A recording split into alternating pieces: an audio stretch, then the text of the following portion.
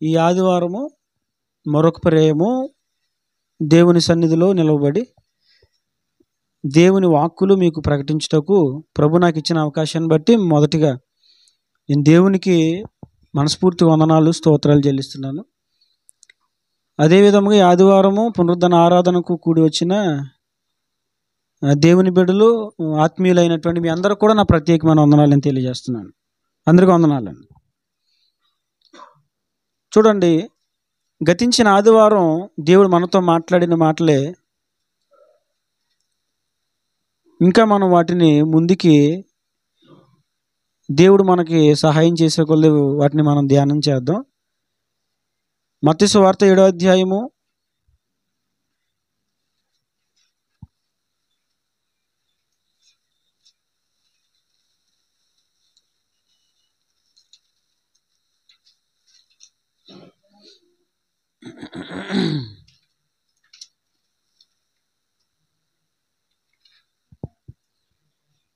21, 22, 23 వచనాలు.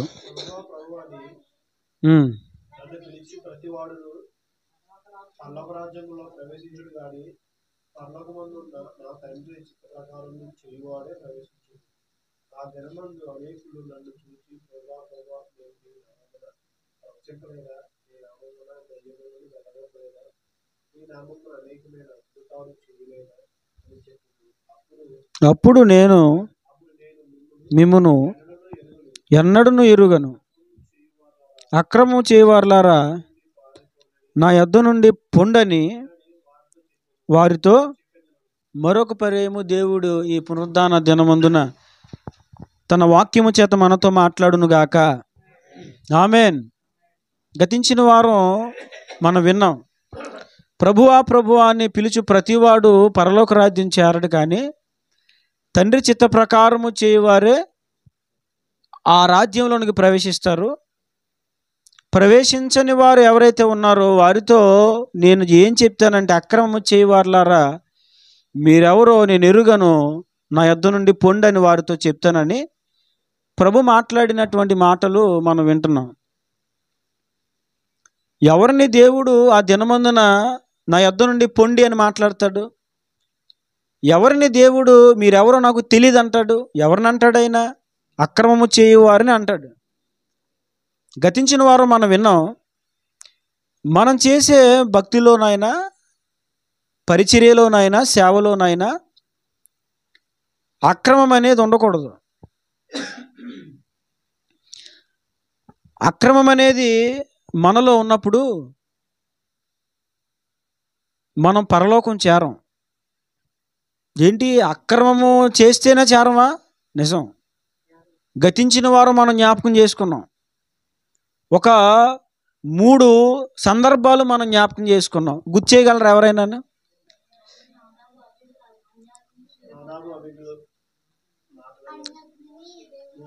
బలిపీఠము దగ్గర నిప్పులను తీసుకొచ్చి దేవుని ధూపం వేయాలి, కానీ వారు అన్యాజ్ఞని తీసుకొచ్చారు.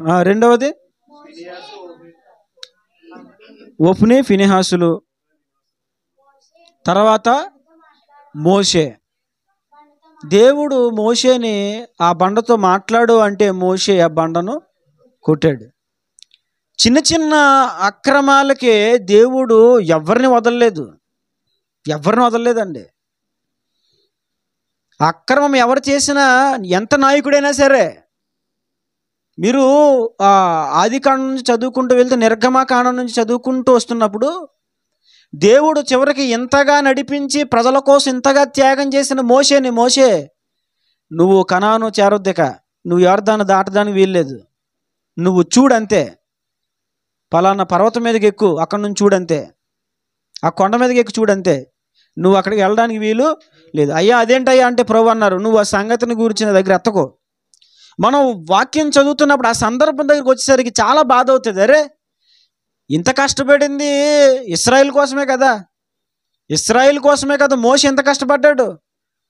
ఇంత కష్టపడిన మోషే చివరికి ఒక్క మిస్టేక్లో చిన్న పొరపాటు చేస్తే దేవుడు వద్దన్నాడు. ఇదేంటిది? దేవునికి జాలి లేదా? దేవునికి కనికరం లేదా? దేవుడు కృప చూపడా? ఆయనకి ప్రేమ లేదా? ఆయనకి అన్నీ ఉన్నాయి. ఆయనకి ప్రేమ ఉంది కాబట్టే 2024 సంవత్సరాల క్రితం ఈ భూలోకానికి వచ్చి మన కోసం ప్రాణం పెట్టాడు ఆయన. ఆయనకి ప్రేమ లేకపోతే ఈ భూలోకానికి రావాల్సిన అవసరం ఏముంది? నీ కొరకు నా కొరకు రక్తం కార్చాల్సిన అవసరం ఏముంది? తన ప్రాణమును అర్పించవలసిన అవసరం ఏముంది?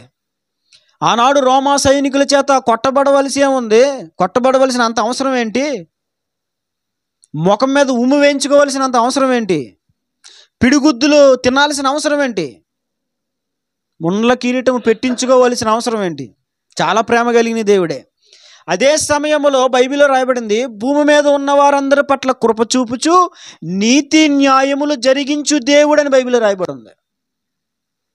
సమస్య లేదు, తప్పు తప్పే. దావీదు గురించి దేవుడేమన్నాడు? అతడు నా ఇష్టానుసారుడైన మనుష్యుడని మాట్లాడాడు. నా ఉద్దేశములను నెరవేర్చేవాడని దేవుడు మాట్లాడాడు. ఆ వ్యక్తి తప్పు చేస్తే నావోడు నా ఇష్టానుసారుడని వదిలేశాడు దేవుడు. ప్రేమించే చోట ప్రేమిస్తాడు, కొట్టి చోట కొడతాడు ఆయన. మన దేవుడు న్యాయవంతుడు. అర్థమవుతుందా? మన దేవుడు న్యాయవంతుడు. కనుక మనం ఏ విషయంలో అక్రమానికి పాల్పడకూడదని, మనము చేస్తున్న భక్తి అయినా, మనం చేస్తున్న పరిచర్య అయినా, మనం చేస్తున్న సేవ అయినా జాగ్రత్తగా గమనించుకుంటూ వాక్య క్రమాల్లోనే నడవాలని దేవుడు మాట్లాడుతూ వచ్చాడు. అక్రమము సేవలో ఎక్కడ పనిచేయదు. దేవుడు క్రమాన్నే కోరతాడు. క్రమం ఉండాలి ముందు, డిసిప్లిన్. గతంలో మనం చెప్పుకున్నాం కదా, ఎంత మంచి చదవరైనా సరే డిసిప్లిన్ లేదనుకో టీచర్స్ ఇష్టపడరు.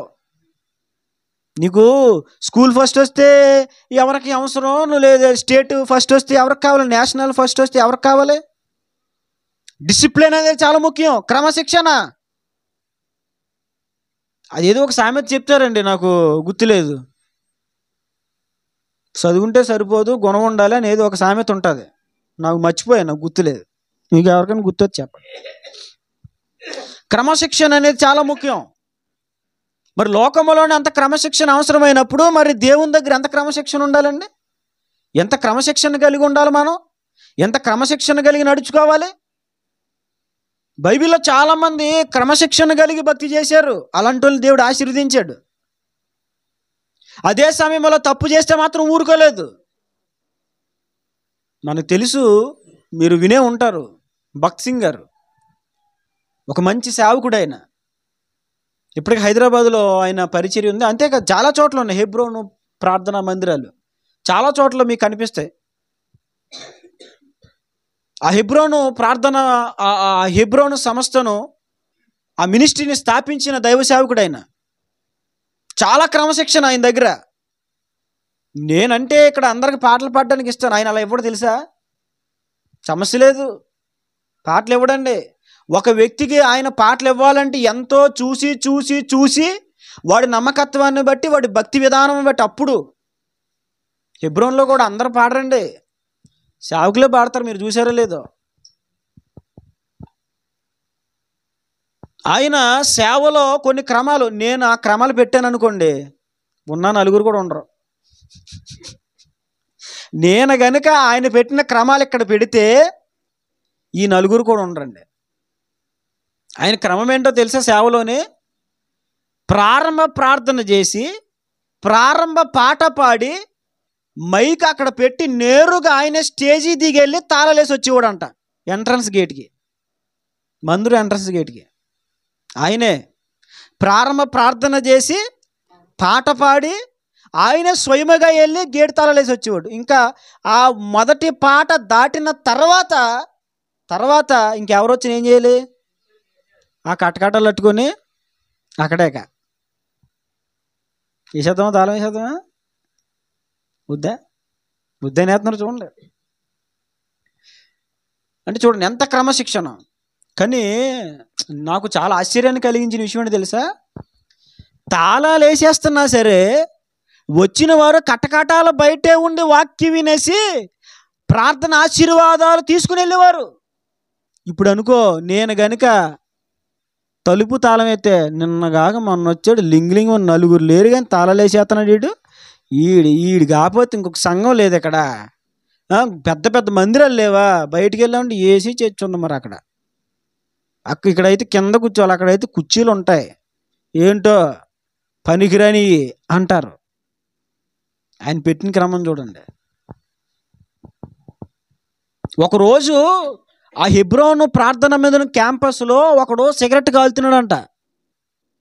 యథార్థం జరిగిందండి. నేను ఆయన కొట్టిన దానికి నేను సపోర్ట్ చేసి మాట్లాడట్లేదు, కానీ నేను చెప్తున్నాను, జరిగిన సందర్భం చెప్తున్నాను. ఆ హెబ్రోను క్యాంపస్లో ఒకడు సిగరెట్ కాలుతూ ఉండి వెళ్ళి లాగిపెట్టి గోడ మీద కొట్టాడంట ఆయన. అంటే ఒకటే, సేవకులు కొట్టకూడదండి, నేను దానికి సపోర్ట్ చేయనులే. కాబట్టి ఆయన తీసుకున్న నిర్ణయాల గురించి చెప్తున్నాను, నేను నిర్ణయం గురించి మాట్లాడుతున్నాను. ఆయన కొట్టిన విధానం గురించి నేను మాట్లాడట్లేదు. కొట్టడం అనేది వాస్తవంగా చెప్పాలంటే అది దేవుడు అంగీకరించేది కాదు, దాన్ని పక్కన పెట్టేద్దాం. కానీ ఆయన కొట్టాడు. ఎందుకు కొట్టాడంటే ఆ ప్రార్థనా ప్రాంగణములో, ఆ క్యాంపస్లో సిగరెట్ కాలుతున్నాడు, లాగిపెట్టి కొట్టాడంట. ఏమండి, కొడితే ఊరుకుంటారా? కొడితే ఊరుకుంటారా? ఇప్పుడు నేను కొడితే ఊరుకుంటారండి? నేను కొడితే ఊరుకోవడమా? ఇంక నాకు అయిపోదు తీనిమారు అయిపోదు, నాకు అయిపోద్ది. కొడితే కొట్టినోడు ఏమన్నా, కొట్టించుకున్నాడు ఏమన్నా ఉంటాడా? వెళ్ళిపోయి కేసెట్టేసాడండి. యథార్థం జరిగినాయి, కళ్ళబొల్లి మాటలు కాదు. కేసు పెట్టయితే పిలిచారంట భక్సింగ్ గారిని. వెళ్ళాడు, పోలీస్ స్టేషన్కి వెళ్ళాడు. బ్రదర్ భక్సింగ్, ఆయనకి అంతగా తెలుగు రాదు, ఇంగ్లీషు ఆయన మాట్లాడతాడు. ఏం కొట్టావంట అంటేనే ఆయన అన్నాడంటే ఇంగ్లీష్లో, ఇది పరిశుద్ధ స్థలం, పరిశుద్ధ స్థలంలో సిగరెట్ కాల్చాడు, మరి నేను కొడతాను అన్నాడంట ఆయన. పోలీసులకి ఏమనలేదు. ఏమంటారా? ఏమన్నాడండి ఆయన? ఇది పరిశుద్ధ స్థలం, పరిశుద్ధ స్థలంలో కాల్చాడు, అందుకే కొట్టాను నేను అన్నాడంట ఆయన. ఏమంటారు? రే సిగరెట్ అక్కడ కాల్చకరా బాబు, మరి ఎందుకు కాల్చిన వాడికి వెళ్ళి పోరా పంపించారు. అంటే నేను ఎందుకు చెప్తున్నానంటే క్రమము, క్రమశిక్షణ, సమయానికి రావడం. సమయానికి మీకు విషయం చెప్పనా, సమయమును పాటించడం కూడా క్రమశిక్షణలో ఒక మెట్టే. తెలుసో లేదో. అసలు ఇంకొకటి చెప్పాలంటే భక్తిలో టైము మెయింటైన్ చేయడం అసలు ముందు చాలా ప్రాముఖ్యం. సమయానుసారంగా మనం నిర్ణయాలు తీసుకుని ముందుకెళ్తేనే కదా భక్తి చేయగలుగుతాం. ఇప్పుడు ఒక టైం అనేది నిర్ణయించుకున్నప్పుడే కదా మనం లేచి ప్రార్థన చేయగలుగుతాం. సమయమును పాటించట్లో కూడా క్రమం ఉన్నప్పుడే కదా. ఇప్పుడు 5ంటికి లేవాలి అని అనుకున్నావు, నువ్వు లేగలేవు, నీకు తెలుసు అది. అయితే అలారం పెట్టుకున్నావు, ఎప్పటికి అంటే అర్థం ఏంటి? నియమము, ఒక క్రమం. ఇది 5కి నేను లేవాలి, ముఖం కడుక్కొని ప్రార్థన చేసుకోవాలి, ఇది ఒక నియమము. అంటే సమయమును పాటించటంలో కూడా ఒక క్రమము. ఇలా ప్రతి దాంట్లో క్రమము కలిగి మనం భక్తి చేయాలి. క్రమం అనేది లేనప్పుడు, నేను చెప్పాను గత వారం, క్రమము లేకపోతే ఏమవుతుందో తెలుసా? రాను రాను భవిష్యత్ తరాలు తప్పిపోయే ప్రమాదం ఉంటుంది, వాక్యపు జాడల నుంచి తొలగిపోయే ప్రమాదం ఉంటుంది. ఇప్పుడు ఆల్రెడీ జరుగుతుంది కూడా చాలా చోట్ల. అమ్మ మీరు ఎలా తిరిగిపోవాలి, మీరు అలా వెళ్ళిపోండి, అక్కడికి వెళ్ళిపోండి, వెనక్కి వెళ్ళిపోండి. మీరు జారబడాలి అనుకుంటే కనుక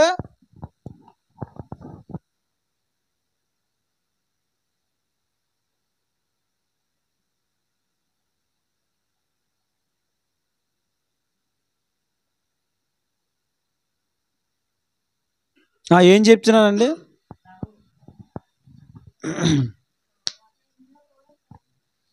సమయమును పాటించుటలో కూడా ఒక క్రమం అనేది మనకి చాలా అవసరం. మనం పరీక్షలు రాస్తాం, మనందరం పరీక్షలు రాసి వచ్చిన వాళ్ళమే, ఎగ్జామ్ సెంటర్కి వెళ్ళి పరీక్షలు రాసి వచ్చిన వాళ్ళమే. ఎగ్జామ్ సెంటర్కి ఎప్పుడు వెళ్ళాలి? టైంకి ముందు వెళ్ళాలి. ఎగ్జామ్ రూమ్లోకి ఎప్పుడు వెళ్ళాలి? టైంకి ముందు వెళ్ళాలి. అలా కాదు, నీకెందుకు 10 గంటల పరీక్ష, 10 గంటలకు కుడికాలు లోపలెడతాను చూడు అన్నావు అనుకో, పోరా నువ్వు బయటకు అంటారు. ఎందుకని? ముందు వెళ్ళాలి, నీ బల్ల అయితే చూసుకోవాలి, నీ నెంబర్ అయితే చూసుకోవాలి, నువ్వు ఎక్కడ కూర్చోవాలి అన్నీ చూసుకోవాలి. తర్వాత నీ పెన్ ఏదో నువ్వు ఏం పెన్ ఏటితో రాయాలో అన్నీ చూసుకోవాలి. డ్రాయింగ్ ఉంటే పెన్సిల్, ఎరేజర్ ఇవన్నీ తెచ్చుకునే చూసుకోవాలి. అవన్నీ సెట్ చేసుకుని కరెక్ట్గా టైంకి అప్పుడు స్టార్ట్ చేయాలి. అంటే చూడండి, లోకములో మనకి టైము ఉంటుంది. ఇంకొక విషయం చెప్పనా, సినిమా హాలు దగ్గర బెనిఫిట్స్, ఏ షో అది, బెనిఫిట్స్. ఇక అక్కడ చూడండి, కోతుల్లాగా తలుపులు కూడా ఎక్కేస్తారండి వీళ్ళు. తలుపులు ఇక అక్కడ ఏముంటాయి ఎక్కేస్తారు. ఇంకా అప్పుడు వీళ్ళ మనుషులు కాదు, ఇంకా బెనిఫిట్ షోకి మనుషుల్లా ఉండరు. ఇక వీళ్ళ భూమి మీద నడవరు. మరి ఎక్కడుంటారు? తలుపుల మీద, సినిమా హాల్ గోడల మీద, ప్రక్క బిల్డింగ్ గోడల మీద. వీళ్ళందరూ అక్కడక్కడ పైన తిరుగుతూ ఉంటారు స్టార్ట్ అవ్వకముందే. కానీ సమయమును పాటించే విషయంలో భక్తి దగ్గర ఒక క్రమం మనము కనుపరచలేము. దేవుడు మనకు తెలియజేస్తుంది ఏంటంటే, సమయములో కూడా క్రమాన్ని మనం, సమయము మొదలుకొని ఇక వాక్య విధానాల వరకు కూడా మనం ఖచ్చితంగా క్రమాలు పాటించాలి. ఎందుకు క్రమాలు పాటించకపోతే ఏమవుతుంది? ఇప్పుడు మోషే ఒకసారి ఆజ్ఞ మీరారు, మోషే గారు.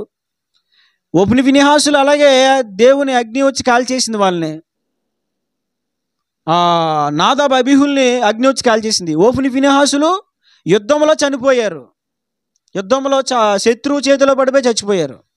వీళ్ళందరూ ఎందుకు చనిపోయారంటే ఆజ్ఞను అతిక్రమించారు. ఆజ్ఞను అతిక్రమిస్తే జరిగేది ఏంటి? నష్టం జరుగుతుంది. ఒకవేళ మనం ప్రాణం పోకపోవచ్చుగా, నష్టం అనేది మాత్రం ఖచ్చితంగా జరుగుతుంది. చూడండి, ఇప్పుడు ఓఫ్ని ఫినెహాసులు ఉన్నారు కదా, వారు దేవుని సన్నిధిలో ఉండి క్రమముగా భక్తి చేయకుండా, క్రమముగా సేవ చేయకుండా అక్రమంగా సేవ చేస్తున్నారు. మరి ఏమైంది అక్రమంగా సేవ చేస్తూ ఉంటే? చూడండి, వారి జీవితంలో నుంచి ఒక 4 విషయాలు నేను మీకు జ్ఞాపకం చేస్తాను. అక్రమంగా వాళ్ళు సేవ చేయడం వల్ల జరుగుతున్న పని ఏంటో చూడండి. 2వ అధ్యాయము, మొదటి సమూయేలు 2వ అధ్యాయము 12వ వచనం చదవండి. ఏలీ కుమారులు యెహోవాను ఎరుగని వారై మిక్కిలి దుర్మార్గులై, వారు ఎలా ఉన్నారంట? యెహోవాను ఎరుగని వారే అని రాయబడింది. మీకు విషయం చెప్పనా, యెహోవాను అసలు ఎరగకపోవడమే ఒక అక్రమం. ఎలా అంటారా? చూడండి, మీకు ఒక వాక్యం చూపిస్తాను. క్రొత్త నిబంధన నుంచి మొదటి యోహాను రాసిన పత్రిక 2వ అధ్యాయము, మొదటి యోహాను రాసిన పత్రిక 2వ అధ్యాయము 3వ వచనం నుంచి చదవండి. మరియు మనం ఆయన ఆజ్ఞలను గైకొని నెడల దీని వలననే ఆయనను ఎరిగి ఉన్నామని. వాళ్ళ గురించి ఏమని రాయబడింది? వారు యెహోవాను ఎరుగని వారై ఉన్నారు అని రాయబడింది. ఇక్కడ ఏమి రాయబడింది? మనం చదువుకున్న వాక్యంలో, మనం ఆయన ఆజ్ఞలను గై కొనిన ఎడల దీని వలననే ఆయనను ఎరిగి ఉన్నామని. అంటే ఏంటి? దేవుని ఆజ్ఞలను గైకొని నడుచువారే ఆయనను ఎరిగిన వారు. ఎవరండి? ఇప్పుడు వారి గురించి ఏమని రాయబడింది? ఓఫ్ని ఫినెహాసుల కోసం ఏమని రాయబడింది?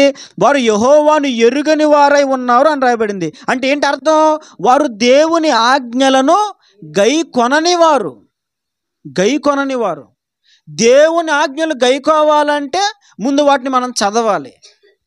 చదివితేనే కదా గైకోవడం, ఎలా గైకోవాలో తెలుస్తుంది. ఏది గైకోవాలో ఏది గైకోకూడదు ఎలా తెలుస్తుంది? వాక్యము చదువుట ద్వారానే తెలుస్తుంది. వాక్యము చదవకపోతే దేని గైకోవాలో దేని గైకోకూడదు మనకి తెలీదు.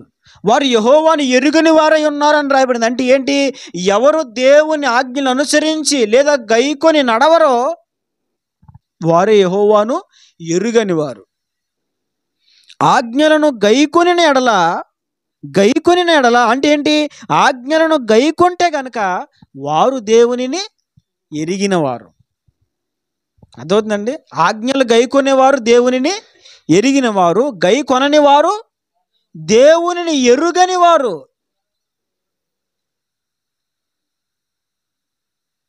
ఆజ్ఞలను గైకొనని వారు దేవునిని ఎరగని వారు. వాళ్ళకి తెలియదు దేవుడు అంటే. నిజం అది. ప్రార్థనకు వస్తున్నా, పాటలు పాడుతున్నా, ప్రార్థన చేస్తున్నా, వాక్యం మనకు తెలిసినా ఆయన ఆజ్ఞలు మనం గైకోలేదనుకో, దేవుడు ఏమన్నాడు తెలుసా? వాక్యం ఏం రాబడింది తెలుసా? అసలు ఆయన నీకు తెలీదు. దేవుని నీవు ఎరిగిన వాడివి కాదు. ఎవరు ఎరిగిన వారు?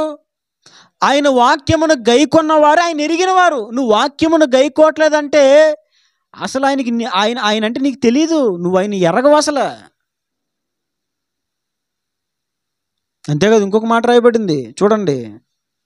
ఇదే యోహాను పత్రికలో 5వ అధ్యాయము 3వ వచనం. ఇదే మొదటి యోహాను రాసిన పత్రిక 5వ అధ్యాయం.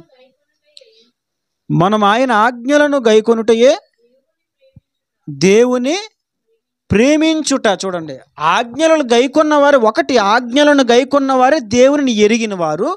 రెండవది ఆయన ఆజ్ఞలను గైకొని వారే దేవునిని ప్రేమించేవారు. అర్థమవుతుందా? ఈ రెండు బాగా గుర్తుపెట్టుకోవాలి. చెప్పండి చెప్పండి, ఏంటిది? ఆయన ఆజ్ఞలను గైకొన్న వారే ఆయనను ఎరిగిన వారు. ఆయన ఆజ్ఞలను గైకొని వారే ఆయనను. నీవు ఆయన ఆజ్ఞలను గైకోకపోతే, నిర్మోహమాటంగా చెప్తున్నాను, నీవు ఆయనను ఎరిగిన వాడివి, ఎరిగిన దానివి కాదు. నీవు ఆయన ఆజ్ఞలను గైకోకపోతే నీవు ఆయన్ని ప్రేమించట్లేదు. ఇది నిజం, ఇది సత్యం. ఇంక ఇందులో సందేహం ఏమి లేదు. నేను రూఢిపరచట్లేదు, వాక్యము చెప్తున్న సత్యం అది. ఆయన ఆజ్ఞలను గైకోకపోతే మనం ఆయన్ని ప్రేమించట్లేదు. ఇందులో సందేహం. మీరు చెప్పకండి, అలా అనకండి బాబా. ప్రేమించలేకపోవడం ఏంటండి బాబు? దశంభాగాలు, పదంపాలకు అన్నీ ఈ కానుకలు ఇచ్చేస్తున్నాను, అయితే ఆదివారం వెళ్ళిపోతున్నాను, పాటలు మంచి అడవిడి చేస్తున్నా. కాదు కాదు, దేవుడు చెప్పేది ఒకటే. నీవు ఆయన ఆజ్ఞలను గైకోకపోతే నీవు ఆయన్ని ప్రేమించట్లేదు. ఇదే ఫైనల్ ఆన్సర్. ఇంకా దాన్ని మనం అటు ఇటు కవర్ చేసుకోవడానికి ఇంకేమీ లేదు, సమర్థించుకోవడానికి ఏమీ లేదు. స్పష్టంగా దేవుడు చెప్తుంది అదే. ఆయన ఆజ్ఞలు నువ్వు గైకోకపోతే ఆయన అంటే నీకు తెలియదు, ఆయన ఎరిగిన వాడివి నీవు కాదు. ఆయన ఆజ్ఞలు నువ్వు గైకోకపోతే నువ్వు ఆయనను ప్రేమించట్లేదు. వారు ఎలా ఉన్నారు? ఆయన అంటే తెలియదు, అంతేకాకుండా ఆయన్ని వాళ్ళు ప్రేమించట్లేదు.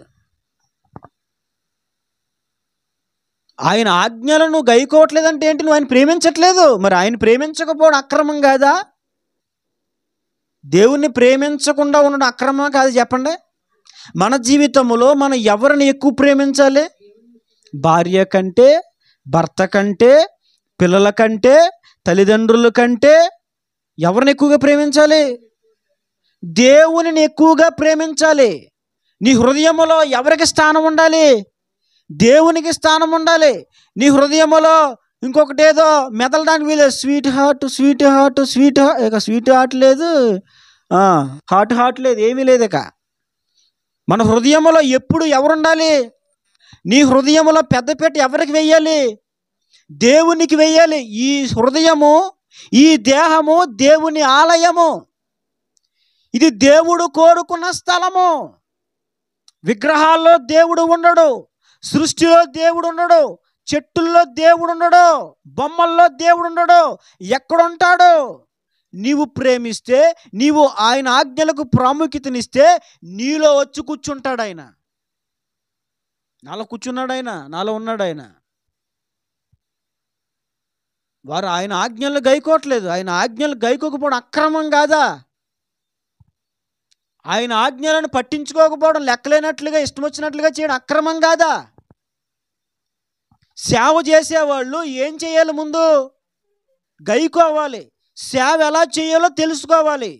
సేవ విధానాలు నేర్చుకోవాలి. అవి ఏమీ లేవు వాళ్ళకి. వారు దేవుని ప్రేమించేవారు కాదు. ఇది అక్రమం. దేవుని ప్రేమించకపోవడమే అక్రమం. ఇప్పుడు ఏమవుతుంది? దేవుని ఆజ్ఞలను గైకొనని వారు సేవ చేస్తే, భక్తి చేస్తే, వీళ్ళ ద్వారా దేవునిని ప్రేమించని వాళ్ళు 10 మంది తయారవుతారు. వాళ్ళు కూడా ఏం చేస్తారు? పైకి దేవుడు అంటే ప్రేమ, I love you Jesus, I love you Jesus, I love you Jesus అంటారు. కానీ నిజంగా వాళ్ళు ఏం చేయరు దేవుణ్ణి.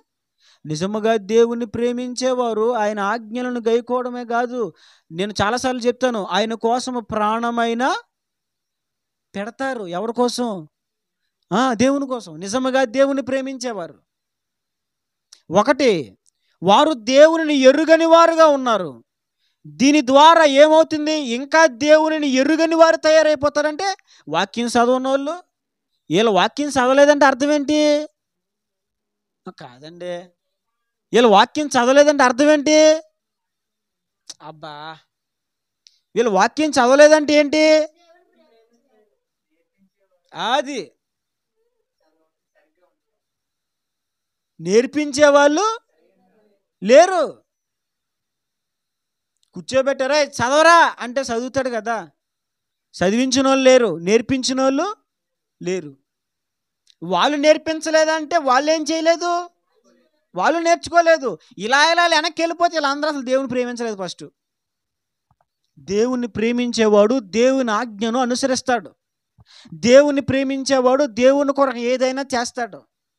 దేవుని ప్రేమించేవాడు దేవుని కొరకు ఏదైనా వదులుకుంటాడు. దేవుని ప్రేమించేవాడు దేవుని ఆజ్ఞ ఎంత కఠినముగా ఉన్నా దానికి వెంటనే శిరస్సు వంచుతాడు. దేవుని ప్రేమించేవాడు. వాళ్ళు యెహోవాను ఎరుగని వారు ఉన్నారు. వీళ్ళ ద్వారా చాలామంది అలాగే వాక్యము చదవకుండా దేవుని ప్రేమించకుండా కాలం గడిపేస్తూ ఉంటారు. వీళ్ళ ద్వారా కొంతమంది దేవుని ప్రేమించని వాళ్ళు బయలుదేరతారనమాట.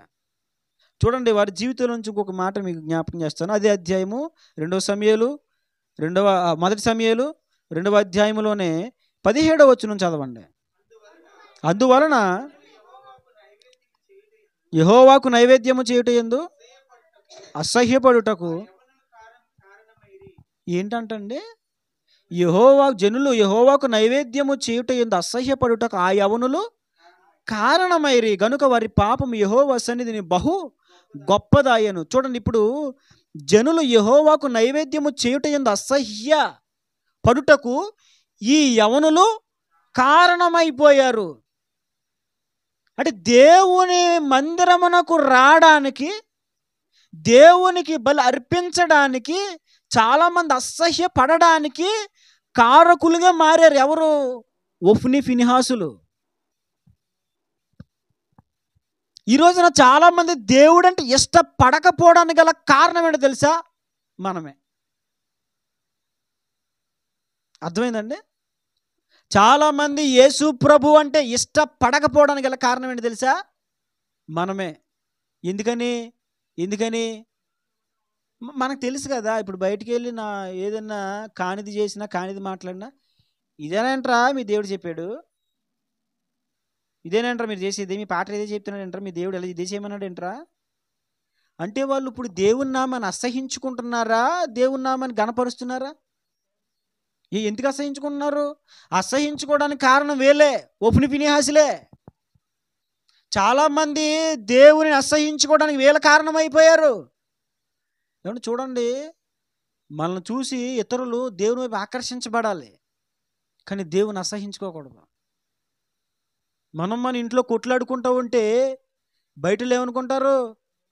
ఏం దేవుడు రా బాబు, ఏంట్రా బాబు వీళ్ళు, పాదన అంటారు, వాక్యం అని కొట్లాడుకుంటారేంట్రా బాబు వీళ్ళు అంటే ఏమవుతుంది? ఇప్పుడు ఇలా అవిధేయంగా ప్రవర్తించిన వారి వలన దేవుని నామాన్ని అసహించుకుంటారు. వీళ్ళ ద్వారా ఇప్పుడు ఏమవుతుంది? దేవుడిని చాలామంది అసహించుకుంటున్నారు. ఇంకేం వెళ్తాం అక్కడికి? వాస్తవానికి బలర్పించడానికి అందరూ యెరూషలేము రావాలి, కానీ ఇప్పుడు అసహించుకుంటున్నారు. ఎందుకురా బాబు వెళ్ళడం, అక్కడికి వద్దురా బాబా, వద్దా, అసహించేసుకుంటున్నారు. కారణం వీళ్ళు. ఇంకొక మాటని మీకు జ్ఞాపకం చేస్తాను చూడండి. అదే అధ్యాయంలో 23-24 వచనాలు చదవండి. 23-24. ఈ జనుల ముందర తండ్రికి తెలిసింది, ఏలీకి తెలిసింది వాళ్ళు ఇలా అక్కడికి వచ్చిన స్త్రీలతో శయనిస్తున్నారన్న విషయం తండ్రికి తెలిస్తే ఇప్పుడు ఏలీ గారు పిలిచి ఈ జనుల ముందర మీరు చేసిన చెడ్డ కార్యములు నాకు వినబడినవి, మీరు ఎందుకు చేస్తున్నారు? చేయొద్దు, మంచిది కాదు. యెహోవా జనులను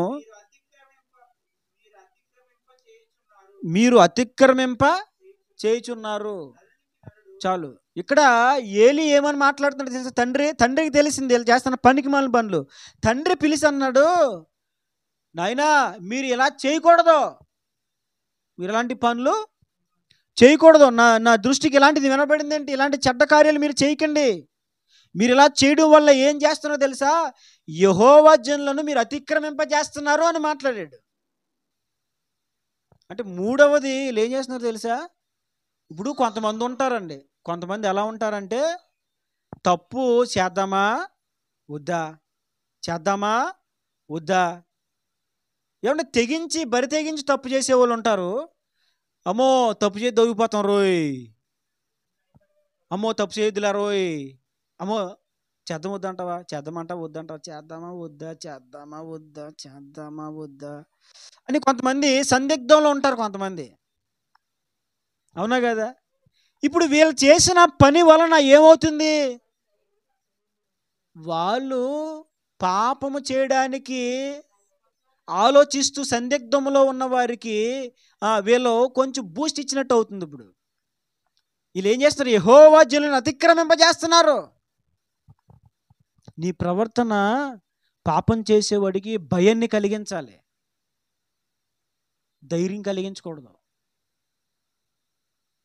మన ప్రవర్తన పాపం చేసేవాడికి భయం కలిగించాలి, ధైర్యం కలిగించకూడదు. ఓహో అంటే వీళ్ళు చేస్తున్న పాపము చేద్దామా వద్దా అనుకున్నవాడికి ధైర్యం కలిగిస్తుంది. అరే పర్లేదురా, పాస్టర్ గారి పిల్లలు చేశారా, మనం చేతి తప్పేంట్రా. అంటే నేను ఎందుకు చెప్తున్నానంటే, ఇప్పుడు అక్రమం అనేది వచ్చినప్పుడు జనులు దేవుని ప్రేమించిన వారుగా మారిపోతారు.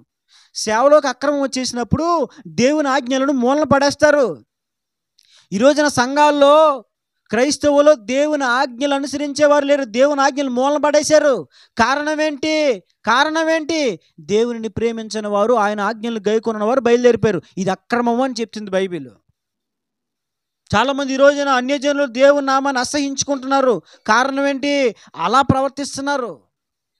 ఈ రోజున చాలామంది తప్పు చేద్దామా వద్దా అన్నటువంటి సందిగ్ధంలో ఉండిపోయిన వాళ్ళు బరి తెగించి ముందుకు వస్తున్నారు తప్పు చేయడానికి. కారణం ఏంటి, వీళ్ళే తప్పు చేస్తున్నారు. ఇప్పుడు ఒకడు అక్రమం చేశాడనుకో, పక్కనోడు ధైర్యం తెచ్చుకుంటాడండి. ఇప్పుడు నడు రోడ్డు మీద ఒకసారి గుంటూరులో ఒకడో అమ్మాయిని ప్రేమించి నువ్వు నన్ను ప్రేమిస్తావా లేకపోతే మరి నిన్ను చంపేయమంటావా అంటే, అమ్మాయి అంటే నేను ప్రేమించిన పోరా ఎదవకానా అని తిట్టే ఈడు ఏం చేశాడు తెలుసా, వెళ్ళి మాట్లాడి కత్తి పట్టుకొని మరి పొడిచాడండి. నేను ఇప్పటికీ ఉంటుందండి, మీరు చూడండి, యూట్యూబ్లో ఇప్పటికీ ఉంది, సీసీటీవీ ఫుటేజ్లు ఇప్పటికీ ఉన్నాయి. ఆ అమ్మాయిని పొడిచాడండి. అయ్యి బాబోయ్, అసలు ఆ కోడిని కూడా పొడవండి మనం అలాగా కత్తి పట్టుకున్న పొడితేనే ఉన్నాడండి. ఈ పక్కన వాళ్ళందరూ చూసి పక్క పారిపోతారు. ఏం చేస్తాడు, కత్తి పట్టుకుని ఉన్నాడు. ఎవడని వెళ్ళాడంటే మరి ఆడు నరుక్కుంటాడో ఎదుటి నరుకుతాడో తెలియదు కదా. ఇప్పుడు ఇలాంటి పరిస్థితి జరుగుతున్నప్పుడు ఇంకొకటి ధైర్యం తెచ్చుకుని ఇప్పుడు అలాంటి జరగట్లేదా. ఒక అమ్మాయి కోసం ఇద్దరు స్నేహితులు, ఇద్దరు క్లోజ్ ఫ్రెండ్స్ హైదరాబాద్లో ఒక అమ్మాయి విషయంలో గొడవ వస్తే, దోస్తు మంచి జిగిడి దోస్తా, అదే thick friend, red friend, black friend, close friend, మంచి ఫ్రెండ్స్ అండి. అమ్మాయి విషయంలో గొడవ వస్తే ఇద్దరు స్నేహితులు అయి ఉండి కూడా ఒకరికొకరికి మనస్పర్ధలు చేస్తే, అందులో ఒకడు అమ్మాయి కోసం ఈయన్ని చంపేయడమే కాదు, అమ్మ చాలా దారుణంగా చేశాడండి, చాలా దారుణంగా చేశాడు. మీరు విన్నారా న్యూస్లు, గుండె తీసేసి ఆ అబ్బాయి కింద మర్మాంగాలు కోసేసి, మరి అది నిజమో కాదు, చేతులు కూడా అంట, మరి ఈ చేతులే కదా నిన్ను తాకాయి, ఈ గుండె కదా నిన్ను కోరిందని వాట్సాప్ పెట్టాడంట అమ్మాయికి. ఇంత బరి తెగించి ఎలా చేయగలుగుతున్నారు. ఎవడో ఒకడు చేస్తున్నాడు, దాన్ని చూసి ఉన్నవాడు ధైర్యం తెచ్చుకుంటున్నాడు. అందుకనే సేవలో భక్తులు ఆచితూచి అడిగేయాలి, లేదంటే మన ద్వారా 100 మంది చెడిపోయే అవకాశం ఉంటుంది, మన ద్వారా 10 మంది పాడైపోయే అవకాశం ఉంటుంది. మనం నమ్మకంగా జీవించి దేవునికి మంచి పేరు తేవాలి తప్ప చెడ్డ పేరు తెచ్చి దేవుని నామానికి అవమానాన్ని తీసుకురాకూడదు. 3 అనుభవాలు నేను మీకు జ్ఞాపకం చేశాను, ఆజ్ఞను అతిక్రమిస్తే ఏం జరుగుతుందో అని. ఇంకొక విషయాన్ని మీకు సాధ్యమైనంత వరకు ఒక 2-3 సందర్భాలు మీ ముందు పెడతాను. ఈ ఉదయం చూడండి, సంఖ్య 2వ సమూయేలు గ్రంథము రెండవ సమూయేలు గ్రంథము 6వ అధ్యాయము, చాలా జాగ్రత్తగా ఉండండి. ఇక్కడి నుంచి 6వ అధ్యాయము 6వ వచనం. వారు నాకోను కళ్ళము దగ్గరకు వచ్చినప్పుడు ఎడ్లకు కాలు జారినందున ఉజ్జా చేయి చాపి దేవుని మందసమును పట్టుకొనగా యెహోవా కోపము ఉజ్జా మీద రగులుకొనెను. అతడు చేసిన తప్పును బట్టి దేవుడు ఆ క్షణమందే అతను మొత్తగా అతడు అక్కడనే దేవుని మందసమునొద్ద పడి చనిపోయాను. చూడండి, దేవుని మందసమును తీసుకొస్తున్నారండి. గిబియోనులో నుండి దావీదు సేవకులందరూ కలిసి నాట్యాలతో, తంబురతో, సితారలతో చక్కగా ఎంతో కోలాహలంగా దేవుని మందసాన్ని తీసుకొస్తున్నారు. ఒక చోటుకు వచ్చినప్పుడు, నాకోను కళ్ళము దగ్గరకు వచ్చినప్పుడు ఎడ్ల బండి మీద తీసుకొస్తున్నారు. ఎడ్ల కాలు జారినప్పుడు దేవుని మందసం ఎడ్ల బండి మీద ఉంటే కొంచెం ఇలా ఒరిగినప్పుడు ఉజ్జా అనే వ్యక్తి అరే దేవుని మందసము జారిపోతుందిరా అని చెయ్యి ఎలా పెట్టాడు, జస్ట్ ఎలా పట్టుకోవడానికి. దేనికండి? అవును చిన్న డౌటు. దేవుని మందసం అంటే తెలుసా పిల్లలు? మాట్లాడు. చెప్పమ్మా.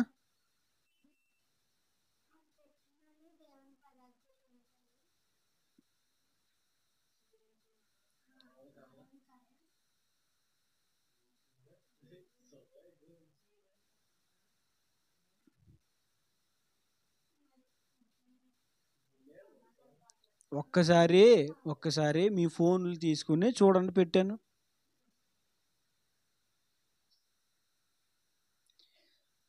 ఫొటోస్ అన్నీ డౌన్లోడ్ చేసుకుని అన్నీ మళ్ళీ నెట్ కట్టండి అమ్మా. మళ్ళీ ఇంకొకటి మెసేజ్లు టైపులు చేయకండి బాబు. చూసుకొని జస్ట్ అవన్నీ అవ్వగానే మీరు వెంటనే మళ్ళీ నెట్ ఆపండి. అందులో చూడండి, మందసము అని ఉంది. మందసం అని ఒక పేరు రాసి ఉంటుంది, చూడండి. కనిపించిందా?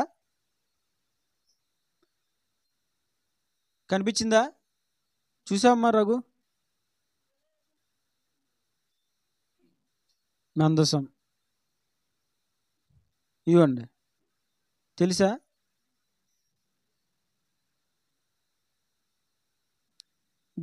అవునండి. దీన్ని ఏమంటారు చెప్పండి?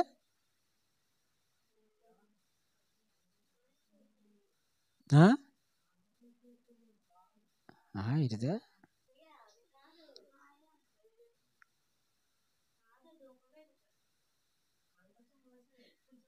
కరెక్ట్ చెప్పింది. ఇదేంటిది? ధూపవేదిక. ఆ ఫొటోస్ అని మీ దగ్గర ఉంచుకోండి, వాటి గురించి నేను తర్వాత చెప్తాను. ఇప్పుడు నేను మందసం కోసం చెప్తున్నాను కదా. మందసం చూశారు కదా. ఈ మందసమును తీసుకొస్తున్నారు ఎడ్ల బండి మీద.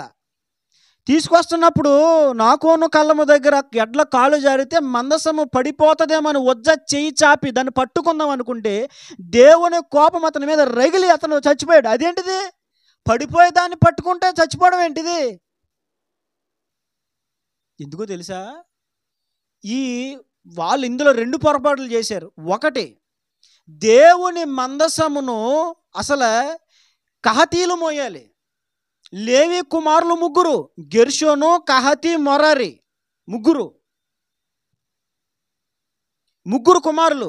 ఈ అందులో కహతీల పని ఏంటంటే దేవుని ఉపకరణములను మొయ్యాలి, వారి భుజాల మీద మొయ్యాలి. చూడండి, ఆ రిఫరెన్స్ మీకు చూపిస్తాను బైబిల్ నుంచి. సంఖ్యాకాండం 4వ అధ్యాయం 15వ వచనం. 4వ అధ్యాయం 15వ వచనం. సంఖ్యాకాండం 4:15.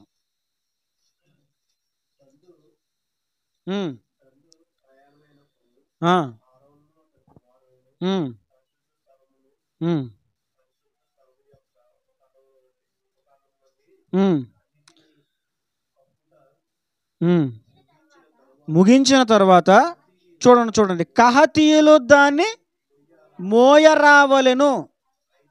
అయితే వారు చావకుండునట్లు పరిశుద్ధమైన దానిని ముట్టకూడదు. ఇవి ప్రత్యక్షపు గుడారములో కహతీయుల భారము. గెర్షోను, కహతీయులు, మెరారీయులు, లేవి కుమారులు ముగ్గురు. ఆ ముగ్గురికి కూడా ఒక్కొక్క పని ఏర్పరచబడింది. గెర్షోనీలు ఏం చేయాలంటే దేవుని మందిరపు తెరలు, చాపలు ఇవన్నీ కూడా వారు చూసుకోవాలి, వారి పని అది. మెరారీయులకు ఇంకో పని ఉంది. ఈ గుడారం వేయబడినటువంటి బాదులు, కర్రలు ఇవన్నీ కూడా వాళ్ళు చూసుకోవాలి, ఆ పని వాళ్ళది. కహతీల పని ఏంటంటే వాళ్ళు దేవుని ఉపకరణములు జస్ట్ మొయ్యాలి. ఏం చేయాలి? ఇప్పుడు మీకు మందసమ్మని చూపించాను కదా, ఆ మందసమ్మకి చూడండి కర్రలు ఉంటాయి చూడండి. ఇదిగో ఈ కర్రలో భుజాల మీద పెట్టుకొని పల్లకిలు మోతారు కదండి. అలాగే భుజాల మీద నీ కర్రలే ముట్టుకోవాలి, నువ్వు ఇంకా దాన్ని ముట్టుకోకూడదు. అంతేకాదు దాన్ని మొయ్యాలి. దావీదు అప్పుడు ఏం చేశాడు తెలుసా? ఒక తప్పు ఏంటంటే దేవుని మందసమును లేవీయుల కుమారులలో కహతీయులైన వారు భుజాల మీద మోసుకురావాలి. అయితే భుజాల మీద మోసుకురాలా, మరి ఏం చేశారు? ఎడ్లు బండి కట్టించేసి ఇప్పుడు ఆ ఎడ్లు బండి ఎక్కిచ్చేసి ఆ ఎడ్లు బండి మీద తీసుకెళ్తున్నారు. ఇప్పుడు అది ఒక తప్పు. రెండవది, దాన్ని ముట్టుకోకూడదు. కహతీయులు మొయ్యాలి, మోసిన వారు కూడా దాన్ని ఏం చేయకూడదు, ముట్టుకోకూడదు. కానీ ఉజ్జ ఏం చేశాడు? అప్పుడు దేవుని కోపం రగులుకొని ఉజ్జ అక్కడికక్కడే చనిపోయాడు. అంటే చిన్న పొరపాటు జస్ట్ ఇలా ఆపడానికి. అసలు అప్పుడు చేయాల్సింది ఏంటో తెలుసా? పడిపోతే పడిపోద్ది, నేను పట్టుకోకూడదు దాన్ని. అది ఎడ్ల బండి మీద కాదు, కహతీయుల భుజాల మీద మోయించబడాలి. అది ఆ భారం వారు మోయాలి. చూసారా? అంటే నియమాలను దాటితే ఉజ్జాకి మరణం వచ్చింది. నియమాన్ని దాటితే ఉజ్జాకి ఏమొచ్చిందండి? మరణం వచ్చింది. చూడండి, ఇంకొక వ్యక్తిని మీకు ఈరోజు చూపిస్తాను. మొదటి రాజుల గ్రంథము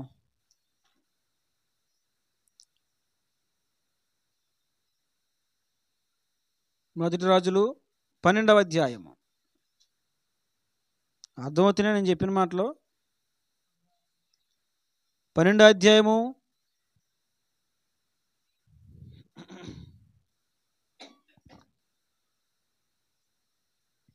25వ వచనం నుంచి చూడండి. నేనే చదువుతాను త్వరగా.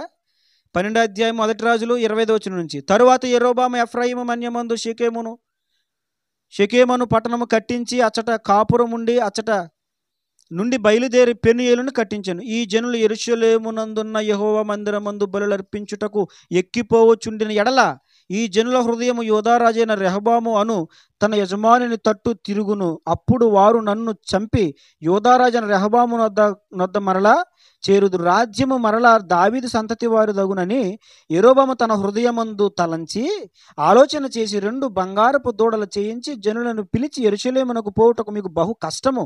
ఇశ్రాయేలులారా, ఐగుప్తు దేశములో నుండి మిమ్మును రప్పించిన మీ దేవుడు ఇవే అని చెప్పి ఒకటి బేతేలు నందును ఒకటి దాను నందును ఉంచెను. దాను వరకు రెంటిలో ఒకదానిని జనులు పూజించటం వలన రాజు చేసిన కార్యము పాపమునకు కారణమైన. ఇక్కడ చాలా జాగ్రత్తగా వినండి. సొలొమోను తెలుసు కదా, సొలొమోను కుమారుడు రెహబాము. అర్థమవుతుందా? ఇప్పుడు యెరోబాము గురించి మనం చదువుకున్నాం. ఈ యెరోబాము ఎవరంటే సొలొమోను దగ్గర ఒక పనోడు. సొలొమోను నమ్మకంగా పరిపాలన చేయకుండా ఆడవాళ్ళ వంక తిరిగి ఆడవాళ్ళ చుట్టూ తిరిగిపోయి 1000 మందితో కాపురం చేసి ఆ కేటగిరీలో పడిపోయి దేవుని విడిచిపెట్టేసి యెరూషలేములో కట్టబడిన దేవుని మందిరానికి ఎదురుగా విగ్రహాలు గుళ్ళు కట్టించేశాడు కదా. అది దేవునికి నచ్చక దేవుడు 2 సార్లు ఇచ్చాడు, సొలొమోను పద్ధతి మార్చుకో, సహవాసం మానే, స్త్రీలతో సహవాసం మానే, నా వైపు తిరుగు 2 సార్లు దేవుడు మాట్లాడినా సొలొమోను లేక అన్నాడు. మనం అంటాం కదా మనం, బాబో దేవసేవకుడు ఏం చెప్పాడు, అది కాదు నాయన ఇదంటే పాస్టర్ గారు ముందు అలాగే పాస్టర్ గారు అని బయటికి వెళ్తే అంటాం కదా. అలాగే దేవుడు 2 సార్లు మాట్లాడితే సొలొమోను అనుకున్నాడు. అప్పుడు దేవుడు ఏం చేశాడు తెలుసా? ఇది కాదు రా అబ్బాయి, నీ సంగతి ఎలా కాదని చెప్పి 10 రాజ్యాలు తీసి పనోడైన యెరోబాము ఉన్నాడు కదా, ఆడికి ఇచ్చేసాడు. కొడుకు సొలొమోను తర్వాత రాజైన రెహబాముకి 2 మిగిలినాయి. పనోడికి 10 రాజ్యాలు వెళ్ళిపోయినాయి. ఇప్పుడు ఏమైంది తెలుసా, దేవుని దేవాలయం ఏమో యెరూషలేములో ఉంది. ఇప్పుడు ఈ యెరొబాము 10 రాజ్యాలు పరిపాలించడం వేరే చోట నుంచి పరిపాలన చేస్తున్నాడు. ఇప్పుడు అక్కడ నుండి పరిపాలన చేస్తున్నాడు. జనులు ఏం చేస్తున్నారు, ఇప్పుడు ఆరాధించాలంటే ఖచ్చితంగా యెరూషలేము రావాలి. ప్రతి ఒక్కరు ఎక్కడికి రావాలి? ఇది విధానం, దేవుడు ఏర్పరిచిన ఒక రూల్, ఇది దేవుడు పెట్టిన ఒక ఆజ్ఞ. ఆరాధించవలసిన వారు ప్రపంచంలో ఏ మూల ఉన్నా సరే, నువ్వు ఏ మూల ఉన్నా సరే, భూమి అంతర్భాగంలో ఉన్నా సరే, ఆకాశంలో ఉన్న అంతరిక్షంలో ఉన్నా సరే, నువ్వు ఆరాధించడానికి యెరూషలేము రావాలి. అది ఆజ్ఞ పాత నిబంధన ప్రకారం. ఇప్పుడైతే ఎక్కడ 2-3 నామను కూడి ఉంటారో మనం వారి మధ్యలో ఉంటానని ప్రభు ఇప్పుడు చెప్పారు కొత్త నిబంధనలోనే. కానీ పాత నిబంధనలో దేవుడు ఏం చేశాడు, ఆరాధించువారు ఖచ్చితంగా అక్కడికి రావాలి. ఇప్పుడు ఇక్కడ బయట నుండి పరిపాలన చేస్తున్నాడు కదా, వినాలి. యెరొబాము బయట నుంచి పరిపాలన చేస్తున్నాడు కదా. జనులు ఏం చేస్తున్నారంటే దేవుని ఆరాధించడం కోసం యెరూషలేము వెళ్తున్నారు. 10 రాజ్యాల్లో ఉన్న ప్రజలు, భక్తులందరూ అక్కడికి వెళ్తున్నారు. ఈ యెరొబాము ఏం చేశాడంటే, ఒరే ఆరాధించడానికి అక్కడికి వెళ్తున్నారా, అక్కడేమో పరిపాలించేది రెహబాము.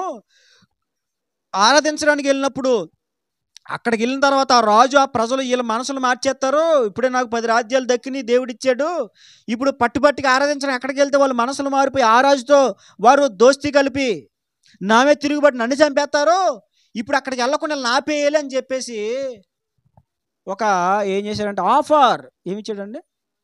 మన వాళ్ళకి ఆఫర్లు అంటే ఎంత ఇష్టమో. నిజం చెప్పండి, నిజం చెప్పండి, నిజం చెప్పండి. నాకు చెప్పొద్దు కానీ మీ మనసులోకి మీరే సమాధానం చెప్పుకోండి. ఆఫర్లు అంటే మీకు ఇష్టమా కాదా? స్మైల్ ఇచ్చారు అంటే ఒకటి కొంటే ఒకటి ఫ్రీ, కాంబో ప్యాక్, బై 1 అంతేనా రఘు, అంతేనమ్మా? బై 1 ఈ ఆఫర్ అనేసరికి నా భార్య చెప్పింది, సౌత్ సెంటర్ ఓపెన్ చేసినప్పుడు రూపాయికి షేర్ ఇచ్చారంట. దేనికి చేరండి? రూపాయికి షేర్ అనేసరికి జనాలు పరిగెత్తారంటండి. ఎంత పట్టేసుకున్న అమ్మాయి కూడా వచ్చేసిందంట అక్కడికే. ఇది ప్రెగ్నెంట్ లేడీ, రేపో మాపో కనేద్దాన్ని ఆవిడ. ఇంత పట్టేసుకున్నావు, నిన్ను ఎవరు రమ్మన్నాడమ్మా అక్కడికి? నీ పరిస్థితి ఏంటి? రేపో మాపో కంటావా? తొక్కిసలాట్లోకి వచ్చేసిందంట ఆవిడ పట్టేసుకుని. ఎందుకని?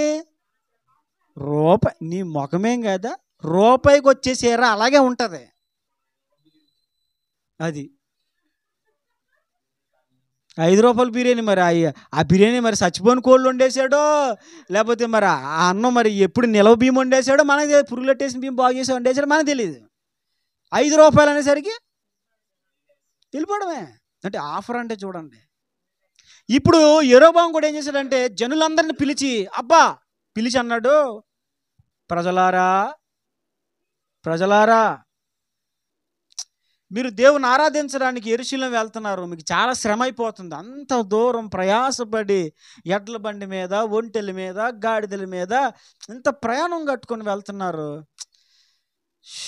నాకు బాధగా ఉంది.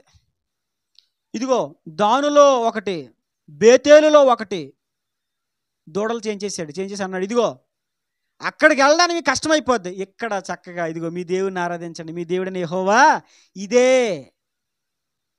వీళ్ళకి భలే ఉంది, అరే భలే ఉంది ఆఫరు. అక్కడికి వెళ్ళి మనం తెప్పలు పడిపోయి సరిగ్గా అన్నం ఉండదు, నిద్ర ఉండదు, పడుకోవడానికి ప్లేస్ ఉండదు. ఏముందో తెల్లారు నుంచి గుడారం నుంచి బయటకు వచ్చామంటే మన ముందే కనపడుతుంది ఏంటిది, బా. వెంటనే పొద్దున్న లేవగానే యెహోవా దేవా, యెహోవా దేవా. ఇప్పుడు అక్కడ ఏం చేస్తారు వీళ్ళు పొద్దున్నే? మా రాజు ఎంత మంచి రాజు, కాలు కూడా పెట్టనివ్వడు కింద, కాలు కూడా పెట్టనివ్వడు. మాకు ఎంత మంచిగా చూసుకుంటున్నాడో మా రాజు, మమ్మల్ని ఎంత కష్టపడినాకుండా. ఆ రెహబాము కాలంలో ఎంత ఇబ్బంది పడిపోయామో నిష్ఠూర పెట్టేశాడు. ఇప్పుడు యెరొబాము మమ్మల్ని ఎంత బాగా చూసుకుంటున్నాడో అనుకొని ఇప్పుడు వీళ్ళు ఏం చేశారు, దూడలను ఆరాధించడం. కానీ మీకు విషయం చెప్పనా, ఆ నియమము దేవుడు చెప్పని నియమం. అది దేవుడు ముందే తెలియజేశాడు. చూడండి బైబిల్లో నేను మీకు ఆ వాక్యం చూపిస్తాను. ద్వితీయోపదేశకాండము 12వ అధ్యాయము తీయండి. ద్వితీయోపదేశకాండం 12వ అధ్యాయము 13వ వచనం నుంచి చదవండి, చాలా జాగ్రత్తగా చదవండి. ఏకీపిస్తున్న వారు కూడా చాలా శ్రద్ధ పెట్టి దాన్ని చూడండి. దేవుడు చెప్పిందండి, నీవు చూచిన ప్రతి స్థలమున నీ దహన బలులను అర్పింపకూడదు సుమి. యెహోవా నీ గోత్రములలో ఒకదాని యందు ఏర్పరచుకొను స్థలముననే నీ దహన బలులను అర్పించి నేను మీకు ఆజ్ఞాపించున్న సమస్తమును అక్కడే జరిగింపవలను. ఇక్కడ చాలా జాగ్రత్తగా వినండి. దేవుడు వారికి పెట్టిన నియమం ఏంటి? నీవు చూచు ప్రతి స్థలమున నీ దహన బలులను అర్పించకూడదు. మరి ఎక్కడ అర్పించాలి? నీ దేవుడని యెహోవా ఏర్పరచుకున్న స్థలముననే నీ దహన బలు అర్పించి నేను నీకు ఆజ్ఞాపించిన సమస్తమును అక్కడే నీవు చెయ్యాలి. ఎక్కడ పడితే అక్కడ కాదు. దేవుడు ధర్మశాస్త్రములో వారికి ఇచ్చిన ఆజ్ఞది. ఇప్పుడు యెరొబాము ఎందుకు చేయించాడు? యెరొబాముకి తెలీదా? యెరూషలేములోనే ఆరాధన చేయాలి, యెరూషలేములో బలర్పించడానికి మనం అక్కడికే వెళ్ళాలి. ఎక్కడున్నా సరే మనం అక్కడికి చేరాలి, అక్కడ అర్పించాలి. ఎందుకంటే దేవుడు కోరుకున్న స్థలం అదే, దేవుని కనుదృష్టి ఉండే స్థలం అదే, దేవుని మనసు ఉండే స్థలం అదే అని తెలీదా యెరొబాముకి? తెలుసు. మరి ఎందుకు చేశాడు? రాజ్యము పోతుందని దేవుని ఆజ్ఞను మార్చేసి సొంతగా దూడలు తయారు చేసి పెట్టేశాడు. దూడలో దేవుడు ఉన్నాడని యెరొబాముకి తెలీదా? తెలుసు. మీకు విషయం చెప్పనా? ఆ మాటకు వస్తే 10 రాజ్యాలు నీకు అప్పగిస్తాను అబ్బాయి అని యెరొబాముతో మాట్లాడిందే దేవుడు. ఒకనాడు స్వయముగా దేవుని మాట విన్నావా? దేవుడు నీతో మాట్లాడిన ప్రకారంగా 10 రాజ్యాలు నువ్వు స్వతంత్రించుకున్నావా? దేవుని మాట విని దేవుని చేత రాజ్యాలు పొందుకొని ఈరోజున మాట్లాడిన దేవుని విడిచిపెట్టేసి మోగ విగ్రహాలు చేయించి ప్రజలను ఆరాధించడానికి తప్పు త్రోవ పట్టిస్తావా? వాక్యం ఏం చెప్తుంది? నువ్వు చూచు ప్రతి స్థలమున నీ దహన బలు నువ్వు అర్పించొద్దు. కనబడిన ప్రతి చర్చికి వెళ్ళిపోతావా? దేవుడి ఏర్పరచుకున్న స్థలము. అర్థమైందండి? మా అన్నయ్యలు చెప్తూ ఉంటే నేను విన్నాను. ఒక ఆయన ఉంటాడు మా ఊర్లో, పేరే చెప్పను, మళ్ళీ వినేస్తారు, వెళ్ళిపోద్దు. మా ఊర్లో ఒక ఆయన ఉన్నాడు, మా అన్నయ్యలు చెప్తే విన్నాను. మా అన్నయ్యలతో అన్నాడంట, మాయా నువ్వు ఆదివారం ఏ చర్చికి వెళ్తావంటే అన్నాడంట. చిన్న ఏ చర్చికి వెళ్తామంటే ఏముంది చిన్న, సెంటర్కి వెళ్తాను. ఎక్కడికి వెళ్తాడంట? సెంటర్కి వెళ్తాను.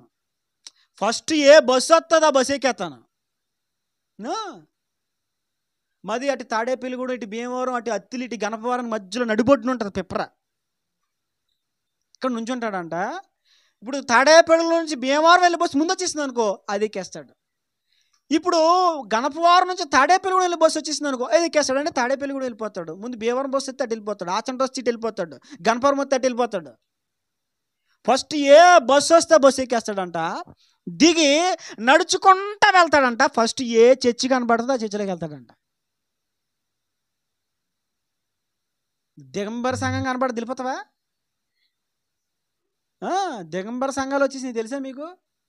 దిగంబర సమాజం, బట్టలు వేసుకోరండి వాళ్ళు. అక్కడికి వెళ్ళిపోతావా? సంఘంలో తాగుబోతులు ఉంటారు కొంతమంది. ఇది నిజం, సత్యం. వాళ్ళు సంఘానికి పెద్దలండి. పెద్దలు అయ్యుండే ఏం చేస్తారు వాళ్ళు? తాగుబోతులు. మందెత్తే కిక్కిరాదు వీళ్ళకి. వచ్చిన సందాలను కూడా దగ్గరెట్టుకొని ఆలేలా పని చేసుకొని వచ్చిన సందాలు తాగేస్తారు. నిజం ఇది. కొన్ని సంఘాల్లో జరుగుతుంది. కొన్ని సంఘాల్లో కానుకలు సేవకుడి దగ్గరికి వెళ్ళవు. మరి ఎక్కడికెళ్తే ఈల పెట్టుకుంటారు. దశంభాగాలు, కానుకలు, ప్రథమ ఫలాలు ఈల పెట్టుకుంటారు. సేవకుడి దగ్గరికి వెళ్ళి మరి ఏం చేస్తారు?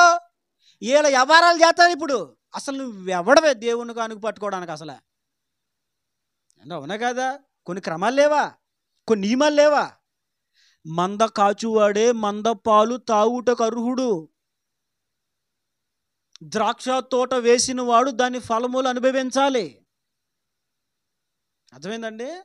నియమాలు ఉంటాయి. పని చేసిన వాడు జీతానికి పాత్రుడు. బైబిల్ ఎన్ని మాటలు ఉన్నాయి? వీళ్ళు ఏం చేస్తారు? వీళ్ళు మింగేస్తారండి. వీళ్ళ దగ్గర పెట్టుకుంటారు కానుకలు, సేవకుడి దగ్గర రావు. ఇప్పుడు అలాంటి సంఘాలు కనబడతాయి. అక్కడికి వెళ్ళిపోతావా? అంటే ఏ బస్సు వస్తే ఎక్కేస్తాడంట, ఎక్కడ ఆగితే అక్కడ దిగుతాడు అంట. నడుచుకుంటూ వెళ్తే ఫస్ట్ ఏ చర్చి కనబడితే మనకి చిన్న అది ఇది ఏమని ఉండదు చిన్న. అందుకే మరి బతుకాల ఏడింది చిన్న, అందుకే మరి అలా ఉంది చిన్న, అందుకే అలా ఉంది చిన్న. మరి పరిస్థితి ఎక్కడికి వెళ్ళాలి? దేవుడు ఏర్పరచుకున్న స్థలము దేవుని సన్నిధి కాదు. దేవుడు ఏర్పరచుకున్నాడా? నువ్వు ఒక మందిరానికి వెళ్ళేటప్పుడు నువ్వేం చేయాల్సింది ఏంటో తెలుసా? ఆ సేవకుని దేవుడు ఏర్పరచుకున్నాడా? దేవుడు పిలిచాడా? దేవుని పిలుపుని బట్టి వచ్చాడా? దేవుని నడిపింపుని బట్టి వచ్చాడా?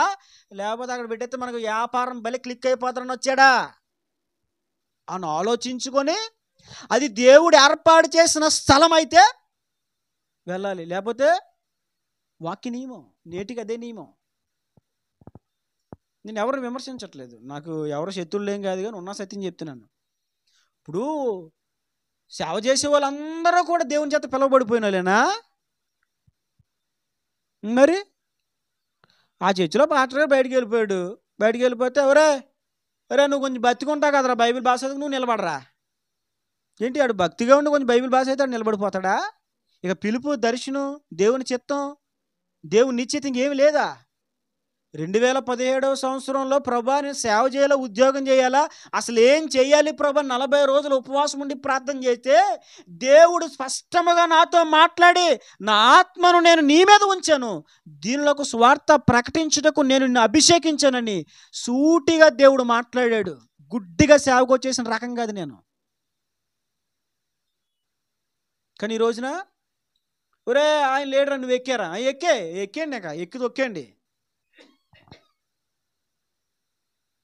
ఎక్కేయడమే. ఒక పిలుపు లేదు, ఒక ఒక ఒక దేవుని చిత్తం లేదు, ఒక ఏర్పాటు లేదు అని చెప్తున్నాను. కొంచెం తెల్ల బట్టలు వేసుకుని అమ్మా ప్రైజ్ లార్డ్ అని ఎవరైనా వచ్చారనుకో, పాస్టర్ గారండి మా కోసం ప్రార్థన చేయండి అనేకండి. అర్థమైందా?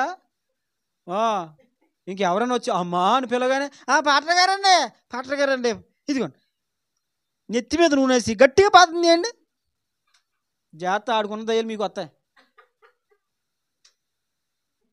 నిజమండి, నిజం ఇది. అలాంటిది నా జీవితంలో నేను చూశాను. ఒకసారి మా నాన్నగారు ఒక ఆమెకి ప్రార్థన చేసి ఆమెకి ఏదో బలహీనత అంటే నాకు గుర్తులేదు. ఆమెకి ప్రార్థన చేసి అమ్మ మా నాన్నగారు చెప్పారంట దేవుని ప్రేరేపణతో, నేను ప్రార్థన చేసి వెళ్తున్నాను, ఎవరొచ్చి ప్రార్థన చేయించుకుని నెత్తిమే చేసుకుని మళ్ళీ ప్రార్థన చేయించుకోకు అని చెప్పారట. చెప్తే వినాలి ఈ మనిషి వినాలండి. ఇంకొక ఆయన ఎవరో నెత్తెట్టేసిందంట. ఇక మన వాళ్ళకి అలవాటు కదా, పాటగారం పడితే ప్రార్థన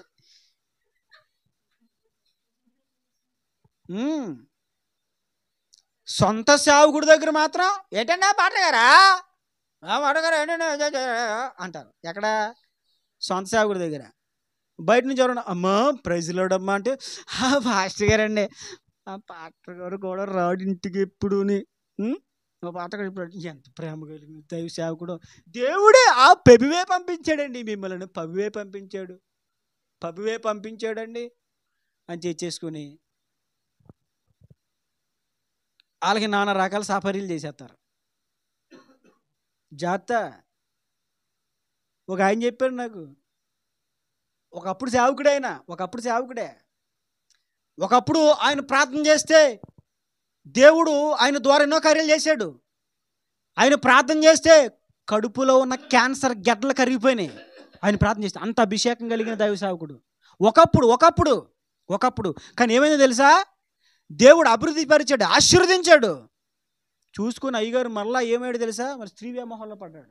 సేవకుడండి, స్త్రీ వ్యామోహంలో పడ్డాడండి. స్త్రీ వ్యామోహంలో పడినాడు, ఏమైనా కుదురుగా ఉన్నాడు, ఈరోజు కూడా సరిగ్గా సరి చేసుకోలేదు. అలాంటి సేవకుడి దగ్గరికి ఇంకొక సేవకుడు వెళ్ళిన సేవకుడు చెప్తే నేను విన్నాను. అలాంటి సేవకుడి దగ్గరికి ఈయన వెళ్ళి నాకు చెప్పాడు కదా, ఈయన వెళ్ళి నా కోసం ప్రార్థన చేయని మోకాలేసి ప్రార్థన చేయించుకున్నాడంట. అంతే. రాత్రంతా పాప ఆలోచనలో, రాత్రంతా ఇక ఏ ఆలోచనలో. ఎందుకు వచ్చేసినాయి నీకు? నువ్వు ఎవరితో ప్రార్థన చేయించుకున్నావు అంటే చూడండి. ఇవన్నీ నేను ఎందుకు చెప్తున్నానంటే దేవుడు ఏర్పరచుకున్న స్థలం, అదవుతుందా? దేవుడు కోరుకున్న స్థలం. మీరు వినండి, ఈ యెరోబాము చేసిన ఈ తప్పు వల్ల దాదాపుగా 12, 13, 14 మంది రాజులు చెడిపోయారు. ఈ యెరోబాము చేసిన తప్పు వల్ల. ఈ విగ్రహారాధన, ఈ దూడలు పెట్టాడు కదా, ఈ ప్రక్రియ, ఈ వ్యర్థమైన ఆరాధన, దేవునికి విరుద్ధమైనటువంటి ఈ కార్యము 12, 13 మంది రాజులు అనుసరించారు. వారి జీవితాలు కూడా పతనమైపోయినాయి. దేవుడు యెరోబాముకి రాజ్యాన్ని ఇచ్చాడు, రాజుగా చేశాడు. నిజముగా అతడు వాక్యానుసారముగా ఆ రాజ్యాన్ని పరిపాలించుంటే నేను చెప్తున్నాను, నేటికి అతని సింహాసనము భూమి మీద స్థిరపరచబడి ఉండేది నేటికి. కానీ ఏమైంది తెలుసా? ఇలాంటి తప్పు చేస్తే, ఇలాంటి తప్పు చేయడమే కాదు, ఇలాంటి తప్పు చేయడమే కాదు, అక్కడ రాయబడింది చూడండి, మీకు చూపిస్తాను. ఆ రాజుల గ్రంథంలోని రండి, రాజుల గ్రంథంలో ఇందాక మనం చదువుకున్నాం కదా,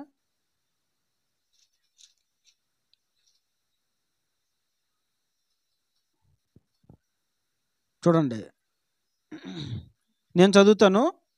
ఇందాక మనం చదువుకున్న అధ్యాయంలో 12వ అధ్యాయం, మొదటి రాజులు 12వ అధ్యాయం 29వ వచనం నుంచి చదువుతున్నాను చూడండి. ఇశ్రాయేలులారా, ఐగుప్తు దేశంలో మిమ్మల్ని రప్పించిన మీ దేవుడు యెహోవా దేవుడు ఇవే, రప్పించిన మీ దేవుడు ఇవే అని చెప్పి ఒకటి బేతేలు నందును ఒకటి దాను నందును ఉంచెను. దాని వరకు రెంటిలో ఒకదానిని జనులు పూజించడం వలన రాజు చేసిన కార్యము పాపమునకు కారణమైన. మరి అతడు ఉన్నత స్థలములను కట్టించి మందిరముగా ఏర్పరిచి, చూడండి ఇక్కడ చూడండి, లేవీయులు కాని సాధారణమైన వారిలో కొందరిని యాజకులుగా నియమించను. ఏమంటే యాజకత్వం ఎవరు చేయాలి? ధర్మశాస్త్ర ప్రకారంగా లేవీలు చేయాలి. యాజకత్వం ధర్మశాస్త్ర ప్రకారంగా లేవీలు చేయాలి.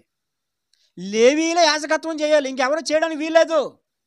కహతీయులే దేవుని సేవా ఉపకరణములు భుజాల మీద పెట్టుకుని మోయాలి, ఇంకెవరు మోయడానికి వీల్లేదు. యాజకులే, కహతీయులు ఈ దేవుని సేవా సంబంధమైన ఉపకరణలు మోసే ముందు వాటిని తెరలతో కప్పాలి లేవీయులు. కొన్ని నియమాలు ఉన్నాయి బైబిల్, మీరు లేవ్యకాండం, సంఖ్యాకాండం చదువుతూ ఉంటే మీకు తెలుస్తుంది. దేవుడు ఒక్కొక్కరికి ఒక్కొక్క బాధ్యత అప్పగించాడు. అవి కొన్ని నియమాలు అనమాట, ఆ నియమాలు పాటించాలి. కానీ ఇక్కడ యెరోబాము ఏం చేశాడు? లేవీలో కాని సాధారణమైన వారిలో కొందరిని యాజకులుగా కొంతమందిని పెట్టాడండి. ఎలా పెట్టాడు? వాళ్ళు లేవీలు కాదు, యాజకులుగా ఎవరు నియమించాలి? లేవీ సంతానములో ఉన్న వారిని యాజకులుగా నియమించాలి. కానీ సాధారణమైన జనుల్లో కొంతమందిని యాజకులుగా నియమించేశాడు. ఇప్పుడు కూడా అలాగే ఉంది కదా, ఇప్పుడు సేవ అలాగే ఉంది కదా. పూర్వము సేవకుడు అంటే దేవుడిని ఎప్పుడు పిలిచాడు, ఏ వాగ్దానం ఇచ్చాడు, ఏ మాటతో పిలిచాడు, అర్థమవుతుందా? ఏది నీ మోకాళ్ళు చూపించని అడిగేవారు, నీ అరికాళ్ళు చూపించని అడిగేవారు. పూర్వం సేవకు రావాలంటే నీ కాళ్ళు చూపించనివారండి. ఎందుకని? గంటలు మోకాళ్ళ మీద ఉండి మోకాళ్ళు కాయలు కట్టాలి సేవకుడు అవ్వాలంటే. మా తాతయ్య గారు చెప్పేవారు, సేవ చేయాలంటే మోకాళ్ళు అరికాళ్ళు చూసేవారంట. కాయలు కడుతున్నాయా, కాళ్ళకి మచ్చలు వస్తున్నాయా, వచ్చినాయి లేదా చూసి వీడి సేవకి యోగ్యుడు అని సేవకి ఎన్నుకునేవారు. ఇప్పుడు లేదు. ఇప్పుడు ఎలా అయిపోయిందని సంఘాలు పెరిగిపోతున్నాను, ఏమీ లేదు. రే ఎలారా మీరు అక్కడ సంఘం ఉంది, కొంచెం 1 గంట చెప్పేసి వచ్చి, నీకు ఎందుకు నేను చెప్తాను, వర్తమానం బిట్టు నేను చెప్తాను రా, రాసేసి ఇదిగో ఇలాగ ఫస్ట్ స్టార్ట్ చేయి, ఇది ఫస్ట్ దావీదు కోసం చెప్పు, ఆ తర్వాత యోసేపు కోసం చెప్పు, ఇదిగో ఇలా చెప్పు అని రాసి ఇచ్చేస్తున్నారు. ఇప్పుడు అలల్లగా సేవాభివృద్ధి అయితే ఈయన సేవలోకి వచ్చేస్తాడు, అంతే. ఇంకేమీ లేదు. మోకాలు చెక్ చేసేది లేదు, దేవుడు పిలిచాడో లేదు అడిగేది లేదు, తన భక్తి జీవితాన్ని గమనించేది ఇంకేమీ లేదండి. సేవకుడికి ఉండాల్సింది ఏంటో తెలుసా? ప్రార్థనా జీవితం, వాక్య ధ్యాన జీవితం, అదవుతుందా? అన్ని విషయాల్లో మితము కలిగినటువంటి జీవితం, మాటలో, వస్త్రధారణలో, ప్రతి విషయంలో మితము కలిగినటువంటి జీవితం. అది సేవకుడు అంటే. సినీ హీరోలాగా రెడీ అయిపోయాడు కాదు, సినీ హీరోలాగా కండలు తిరిగిన ఆ వీరుడు వేసుకుంటాడు, పట్టేసినట్టు వేస్తారు కదా. ఇప్పుడు చూడండి, ఇప్పుడు మీ షూట్లు చూడండి, వేసుకున్న షూట్లు మీరు గమనించారా? షూటులో నుంచి చెయ్యి ఇంతవరకు లేస్తుంది, అవునా కదండి? నిజం అది. మీరు ఎక్కడి నుంచి పైకి లేపండి, ఆ మొత్తం లేచిపోద్ది అది. కాబట్టి వాళ్ళు కూడా ఇంక లేపరు. హల్లెలూయా, హల్లెలూయా. రాజకీయ నాయకులు అంటారు కదా, ఇంతే వీళ్ళు ఇంతే. ఎందుకని? డ్రెస్ అలాగా. కానీ బైబిల్లోనైనా పూర్వపు భక్తులైనా సరే ఎవరిని సేవకులు ఎంచేవారు తెలుసా? ప్రార్థించేవారిని, పిలుపునందుకున్న వారిని, వాక్యమును ధ్యానించిన వారిని, దేవుని నిశ్చేతాన్ని పట్టుకొని ముందుకొచ్చిన వారిని, మోకాళ్ళు కాయలు కడితే వారిని చూసి, వాళ్ళు మోకాళ్ళు అర్రికాళ్ళు చూసి వాళ్ళని సేవలో తీసుకునే వాళ్ళు. ఇప్పుడు అలాంటిదేమీ లేదు. లేవీయులు కాని సాధారణ జనుల్లో కొందరిని యాజకులుగా చేసేసాడు ఎవరో? అయ్యబాబోయ్, దేవుని ధర్మశాస్త్ర నియమాలు ఎంతగా పక్కత్రో పట్టించేస్తున్నాడు చూడండి. ఇక ఇలాగ అయిపోతే ఎవడికి వాడు ఏమైనా తీరి, రేపొద్దున ఇంకొక లేచి నేను యాజకున్నే అంటాడు. ఇక విషయం చెప్పనండి, మీరు ఏమనుకోద్దు, బాధపడదు, ఉన్న సత్యం చెప్తున్నాను. ఈరోజు ఇన్ని చర్చిలు ఎందుకు పెరిగిపోతున్నాయి అనుకుంటున్నారు? ఎందుకు పెరిగిపోతున్నాయి అనుకుంటున్నారు? అది ఇంతమంది పుట్టగొడుగులాగా ఎందుకు లేచిపోతున్నారు అనుకుంటున్నారు? మాకు వచ్చేసిందండి వాక్యం, మాకు వచ్చేసింది. నేను ఒక చర్చి పెట్టేస్తాను. చర్చి పెట్టేయడం అంటే కిరాణా షాప్ పెట్టడం అనుకున్నారా? తెలియట్లేదండి చాలామందికి. పాత నిబంధనలు అయితే ఎఫెక్ట్ వెంటనే కొట్టిదనమాట. ఎఫెక్ట్ వెంటనే. తప్పు చేసావా నీకు అయిపోతుందిగా. ఇప్పుడు ఇలా యాజకులుగా చేసేసి, అదవుతుందండి, యాజకులుగా చేసేసి ఇప్పుడు ఏం చేశాడు తెలుసా? యెరోబాము ధూపం వేయడానికి బయలుదేరిపోయాడు. ఎవరు? అసలు ధూపం ఎవరు వేయాలి? యాజకులు వేయాలి. ధూపం యాజకులు వేయాలి. అయ్యగారు ఏం చేశాడు చూడండి, 33వ వచనం. ఈ ప్రకారం అతడు యోచించిన దానిని బట్టి 8వ మాసము 15వ దినమందు బేతేలులో తాను చేయించిన బలిపీఠం మీద బలులు అర్పించుచూ వచ్చాను. మరియు ఇశ్రాయేలు వారికి ఒక ఉత్సవం నిర్ణయించి ధూపం వేయటకు తానే బలిపీఠము ఎక్కేశాడు. ఎక్కడికే? ఎవరు? అసలు నువ్వెవరవే? రాజువి, నువ్వు యాజకుడు కాదు కదా, నువ్వు రాజరిక పరిపాలన చెయ్యాలి. ఇప్పుడు ధూపం వేయడానికి యాజకుని పోస్టులోకి వచ్చేసి తానే బలిపీఠము. అప్పుడు దేవుడు ఒక ప్రవక్తను పంపించాడు. చూడండి, ఆ ప్రవక్త వచ్చి ఏమని ప్రవచించాడంటే చూడండి, 2వ వచనంలో, ఆ దైవజనుడు యెహోవా ఆజ్ఞ చేత బలిపీఠమునకు ఈ మాట ప్రకటన చేసిన, బలిపీఠమా యెహోవా సెలవిచ్చినదే మనకు దావీదు సంతతిలో యోషియాను ఒక శిష్యుడు పుట్టును. నీ మీద ధూపం వేసిన ఉన్నత స్థలము యొక్క యాజకులను అతడు నీ మీద అర్పించును. అతడు మనుష్య శల్యములను నీ మీద దహనము చేయును అని ప్రవచించాడు. ఎప్పుడైతే ధూపం వేయడానికి ధూపపీఠం ఎక్కేసాడో యెరోబాము, వెంటనే దైవ సేవకుడు ఒక ఆయన వచ్చాడు. ఆ బలిపీఠముతో మాట్లాడి, ఇక ఎంత మాట్లాడి ఇంత కదా. అందుకని ఇప్పుడు ఏం చేస్తున్నాడు? బలిపీఠమా, ఇదిగో రాబోయే దినాలు యోషియా అని ఒక రాజుని దేవుడు పుట్టిస్తాడు. ఇదిగో నీ మీద అతడు ఇదిగో మనుష్య శల్యములను కాలుస్తాడు. అర్థమవుతుందండి? పనికి రాకుండా, పిలుపు లేకుండా యాజకులుగా తయారైపోయారే వారిని ఇదిగో ఈ బలిపీఠం మీద కాలుస్తాడు ఆ యోషియా అని ప్రకటిస్తే, ఈ బలిపీఠం దగ్గరికి వెళ్ళాడు కదా యెరోబాము, బలర్పించాలి, ధూపం వేయడానికి వెళ్ళాడు కదా. ఏం చేయాలి? రే ఆన్ని పట్టుకోండ్రా అని చెయ్యేలా చాపాడు. ఎవరో చెప్పండి, ఎవరండి? యెరోబాము అండి. చేయకుండా పని చేశాడు. ప్రవక్త వచ్చి వార్నింగ్ ఇచ్చాడు, చాలా జాగ్రత్త, ఈ బలిపీఠం మీద యాజకులు కాకుండా యాజకులుగా నామకార్థమైనటువంటి పిలుపు లేకుండా వచ్చినటువంటి యాజకులు ఎవరైతే ఉన్నారో వారి శల్యములను ఈ బలిపీఠం మీద కాలుస్తాడు. యోషియా వస్తాడు, ఒకడు దేవుడు పంపిస్తాడు ఒక రాజుని. కోపం వచ్చింది, ఏట్రా నువ్వు ఇలా మాట్లాడుతావు, ఏరే అని పట్టుకొని రా అని చెయ్యాలి. చెప్తే యెరోబాము చెయ్యి అలా గాల్లో నిండిపోయింది. ఆజ్ఞలు అతిక్రమించిందే కాకుండా, సాధారణమైన వారిని లేవీలు ఏర్పరచడమే కాకుండా, మనోడే ధూపపీఠం మీదకి ఎక్కి ధూపం వేయడానికి సిద్ధపడిపోయిందే కాకుండా, గద్దించిన సేవకుడి మీద చేయి పట్టుకోండ్రా అని చేయి చెప్పాడు. ఏమైపోయిందండి చూడండి, అక్కడ రాయబడిన 4వ వచనంలో, బేతేలునందు బలిపీఠమును గూర్చి ఆ దైవజనుడు ప్రకటించిన మాట రాజు అయిన యెరోబాము విని బలిపీఠం మీద నుండి తన చెయ్యి చాపి వారిని పట్టుకొనమని చెప్పగా అతడు చాపిన చెయ్యి ఎండిపోయాను, దాని వెనుకకు తీసుకున్నట్టుకు అతనికి శక్తి లేకపోయాను. చూడండి, అర్థమైందండి? అంటే పాత నిబంధనలో దేవుని నియమాలు అతిక్రమిస్తే వెంటనే దేవుడు ఏం చేశాడు? వారిని గద్దించాడు. మరలా దైవసేవకుడు ప్రార్థన చేస్తేనే తప్ప దిక్కు లేకుండా పోయింది. ఇలా అతిక్రమింపజేశాడు కదా, దేవుని ఆజ్ఞలు అతిక్రమింపజేశాడు, తప్పు త్రోవ పట్టించాడు కదా, అక్రమం చేశాడు కదా దేవుని పనిలోనే. ఇతనికి చివరికి దేవుడిచ్చిన రిజల్ట్ ఏంటో చూడండి. 14వ అధ్యాయం 10వ వచనంలో, కాబట్టి యెరొబోము సంతతి వారి మీదకి నేను కీడు రప్పించుచు, దేవుడు మాట్లాడుతున్నాడు, ఇశ్రాయేలు వారిలో అల్పులు కానీ గనులు కానీ లేకుండా మగవారిని అందరినీ యెరొబోము వంశము నుండి నిర్మూలము చేసి పెంటంతయు పోవునట్లుగా ఒకడు అవతలకు దానిని ఊడ్చి వేసినట్లు యెరొబోము సంతతిలో శేషించిన వారిని నేను ఊడ్చివేసిన, ఎవరు లేకుండా మగవారిని అందరిని కూడా నేను చేస్తాను, ఊడ్చి వేసేస్తాను. అదవుతుందా? పట్టణమందు యెరొబోము సంబంధులలో మగవారిని కుక్కలు తినును, బయట భూమిలో మరణమగు వారిని ఆకాశ పక్షులు తినును, యెహోవా మాట ఇచ్చున్నాడు. చివరికి ఏంటంటే వాస్తవాన్ని జరగాల్సింది ఏంటంటే, యెరొబోము తర్వాత తన కుమారుడు రాజు అవ్వాలి, ఆ తర్వాత వాళ్ళ మనవడు రాజు అవ్వాలి, వాళ్ళ ముది మనవడు రాజు అవ్వాలి, ఇక రాజరిక పరిపాలన కొనసాగిపోవాలి. కానీ దేవుడు ఏమో తెలుసా, నువ్వు దేవుని ఆజ్ఞలను అతిక్రమింపజేశావు, ధర్మశాస్త్రం విరుద్ధంగా నీవు దేవుని పనిని చేసావు, కాబట్టి ఇదిగో నీ సంతతిలో మగవారిని అందరినీ కూడా నేను ఏం చేస్తున్నాను, పెంట ఊడ్చినట్లుగా మొత్తం కంప్లీట్గా ఊడ్చేస్తున్నాను. ఇంకా నీ తర్వాత రాజులు అయ్యేవారు నీ సంతానంలో ఇంకెవరు కూడా ఉండరు. అది అతనికి వచ్చిన ఫలితం.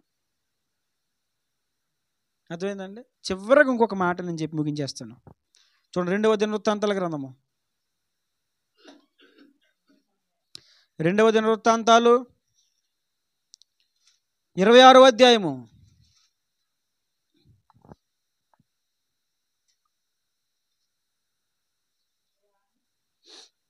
16వ వచనం చదవండి. అయితే అతడు స్థిరపడిన తర్వాత అతడు మనస్సును గర్వించి చెడిపోయెను. ఏం చేశాడు?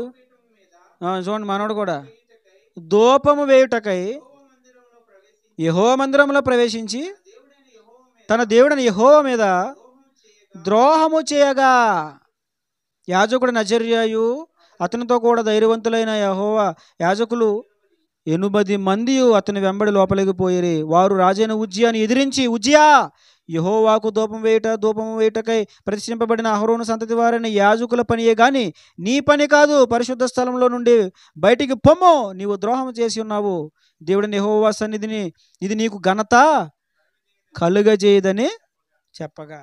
ఇక్కడ ఉజ్జియా అనే రాజు కనిపిస్తున్నాడు మనకి. ఎవరండి? ఉజ్జియా. ఈ రాజు కూడా ఏం చేశాడు తెలుసా? అతడు స్థిరపడిన తర్వాత గర్వించి, స్థిరపడిన తర్వాత ఏం చేశాడు అంటే, ఆ వాక్యం నేర్చుకున్నాక, ప్రార్థన నేర్చుకున్నాక, అన్నీ నేర్చుకున్న తర్వాత అందరికి ఏమొచ్చేస్తుంది? మాకు తెలుసులే. ఒక ఆయన నాతోనే, వాక్యం మాకు తెలుసులే, వాక్యం మాకు తెలుసా, ఒక ఆయన నాతో అన్నాడు. వాక్యం ఆయన కూడా తెలుసో లేదో పక్కింటి వాళ్ళకి తెలీదా? మనకు వాక్యం తెలుసో లేదో ఎదురింటి వాళ్ళకి తెలీదా? మన కుటుంబ సభ్యులకి తెలీదా? గర్వించాడు. కొంచెం పై స్థాయి వచ్చేసరికి గర్వించేసి, దేవుడు హెచ్చించిన తర్వాత చిన్నప్పుడు బాగానే ఉన్నాడు, రాజుగా దేవుడు చేసిన తర్వాత కొంతకాలం బాగానే ఉన్నాడు. జకర్యా అనేటువంటి చూడండి అక్కడ రాయబడింది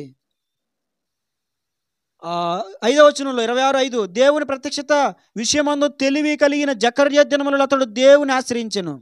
అతడు యెహోవాను ఆశ్రయించినంత కాలము దేవుడు అతనిని జకర్యా దినములలో చక్కగా వర్ధిల్లుతూ వచ్చాడు. ఎవరండి? ఉజ్జియా.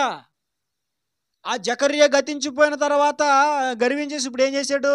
దేవుడు హెచ్చించిన తర్వాత ధూపం ఆలవేయడం నేనే వేసేస్తాను ధూపం ఆయన ధూపపేట ఎక్కితే 80 మంది, దగ్గరికి 80 మంది యాజకులు, ఉజ్జియా నీ పని అది కాదు, వచ్చాయి బయటికి, నువ్వు అర్పించకూడదు, అది నీ పని కాదు, యాజకులు అర్పించాల్సిన పని అది, బయటికి పొమ్ము అని అరుస్తున్నా సరే, ఎదిరించినా సరే, యాజకులు గద్దించినా సరే,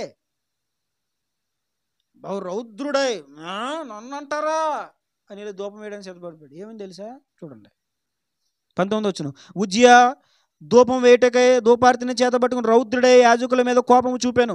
యెహోవా మందిరములో ధూపపీఠం ప్రక్కన అతడు ఉండగా యాజకులు చూచుచూనై ఉన్నప్పుడు అతని నొసట కుష్టము కుష్ఠరోగము ఎవరికండి? బైబిల్లో మీకు 6 సందర్భాలు గుర్చేశాను. దేవుని పనిని అక్రమంగా చేసిన వారు 6 సందర్భాలు జ్ఞాపకం చేశాను. నాదాబు అబీహులు, మోషే, ఓఫ్నే ఫినిహాసులు, ఆ తర్వాత ఉజ్జా, తర్వాత యెరోబాము, చివరిగా మనం జ్ఞాపకం చేసుకున్నాం ఎవరో ఉజ్జియా. వీళ్ళందరూ దేవుని పనిలో అక్రమము చేశారు. అక్రమము చేసిన వారందరికీ కూడా దేవుని శాపము వచ్చిందండి. కనుక మనం చేసే భక్తిలో, మనము చేసే సేవలో, దేవుని పనిలో అక్రమం లేకుండా మనం జాగ్రత్త పడదాం. మీకు విషయం చెప్తాను వినండి. క్రమమైన చివరిగా కొన్ని మాటలు నేను చెప్పి ముగించేస్తే మీ హృదయంలో పెట్టుకోండి.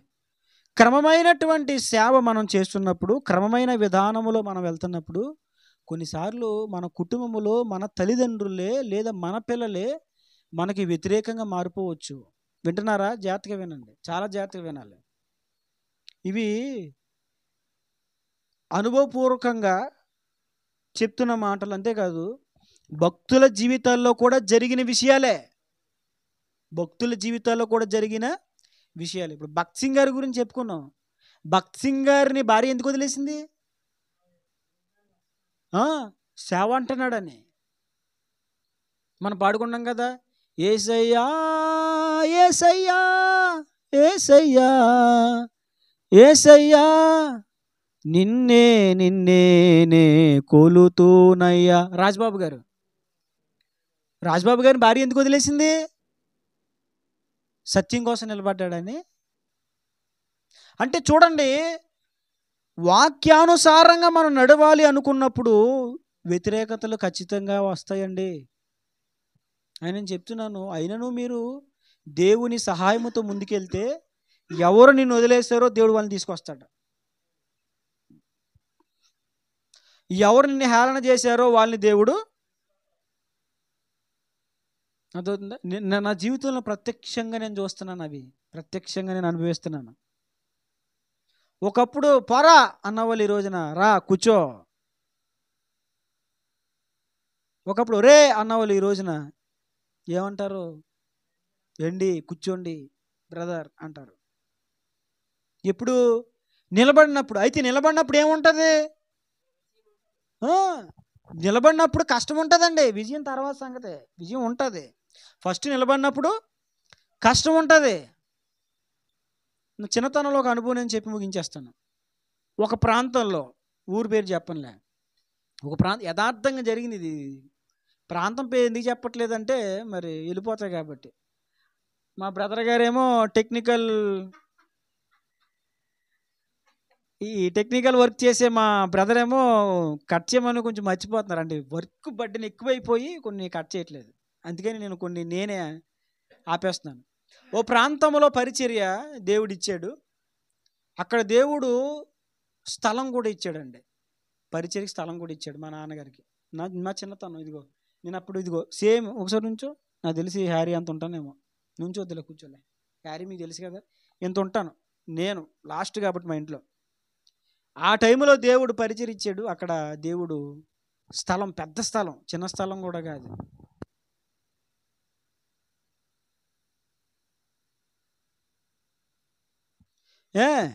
అక్కడ మంచిగా పరిచయం జరిగేది. 120 మంది పైగా వచ్చేవారు. మందిరం పట్టేది కదండి పరిచర్య. అయితే ఏమని తెలుసా, మా డాడీ ఒకసారి ఒక స్త్రీ పురుషుల ప్రవర్తన బాగోలేదని మా డాడీ గద్దించారు. అందులో ఏ పురుషుని ప్రవర్తన బాగోలేదో ఆ పురుషుని తండ్రి ఆ సేవలో మనకి కొంచెం మంచిగా ప్రోత్సాహకరంగా ఉండేవాడు. ఆయన ప్రోత్సాహకరంగా ఉండేవాడు.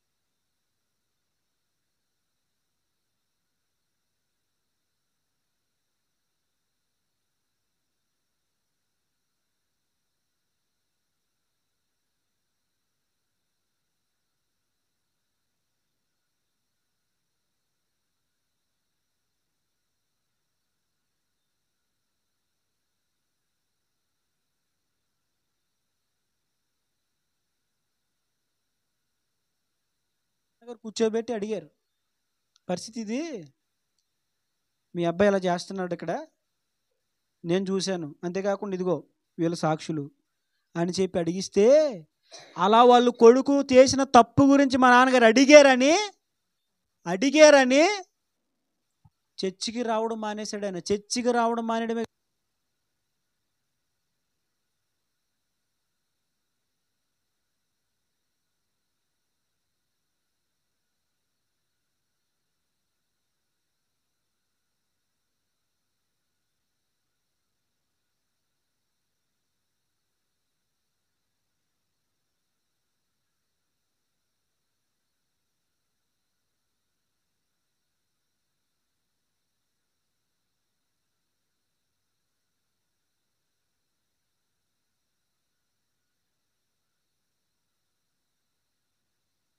సరే.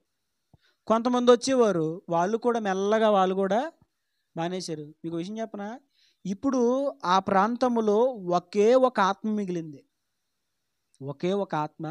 ఇప్పటికీ కూడా మా నాన్నగారు విడిచిపెట్టకుండా అక్కడికి వెళ్ళి ఆదివారం ఆరాధన నడిపించి వస్తారు. ఒక్క ఆత్మ మిగిలింది. ఇంత పరిస్థితి ఎందుకు వచ్చిందండి? ఎందుకు వచ్చింది ఇంత ఇంత ఇంత పరిస్థితి? ఉన్నది మాట్లాడారు, అడిగారు, గద్దించలేదు కూడా, అడిగారు. అడిగిన దానికి దాదాపుగా 120 మంది సంఘం మానేశారు. ఒక్క ఆవిడ మిగిలింది ఇప్పటికే. క్రమము చెప్పినందుకు అంతమంది మానేశారు. నాకు చిన్నతనంలో బాధేసేది, కానీ ఇప్పుడు నాకు బాధ వేయట్లేదు. ఎందుకు తెలుసా? మన వైపున మనం చేసిన పొరపాటు ఏమీ లేదు. క్రమం చెప్పారు, అది తప్పు అన్నారు, అంతే, సరి చేసుకోమన్నారు. కానీ వాళ్ళే ఒకప్పుడు వాళ్ళు ఏం చేశారు తెలుసా? వాళ్ళే మీరు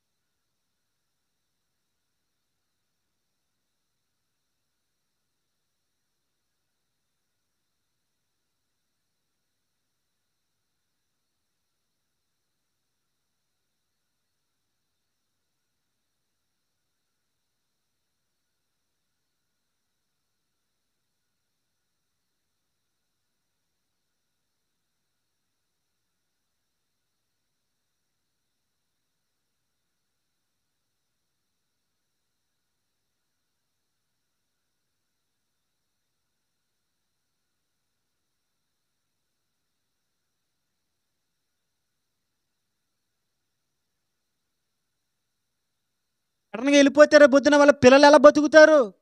సేవకని మనల్ని నమ్ముకునే కదా ఎంత దూరం సేవకు వచ్చారు అన్న కనీసము జాలి కూడా లేకుండా మానేశారండి, సత్యం మాట్లాడినందుకు.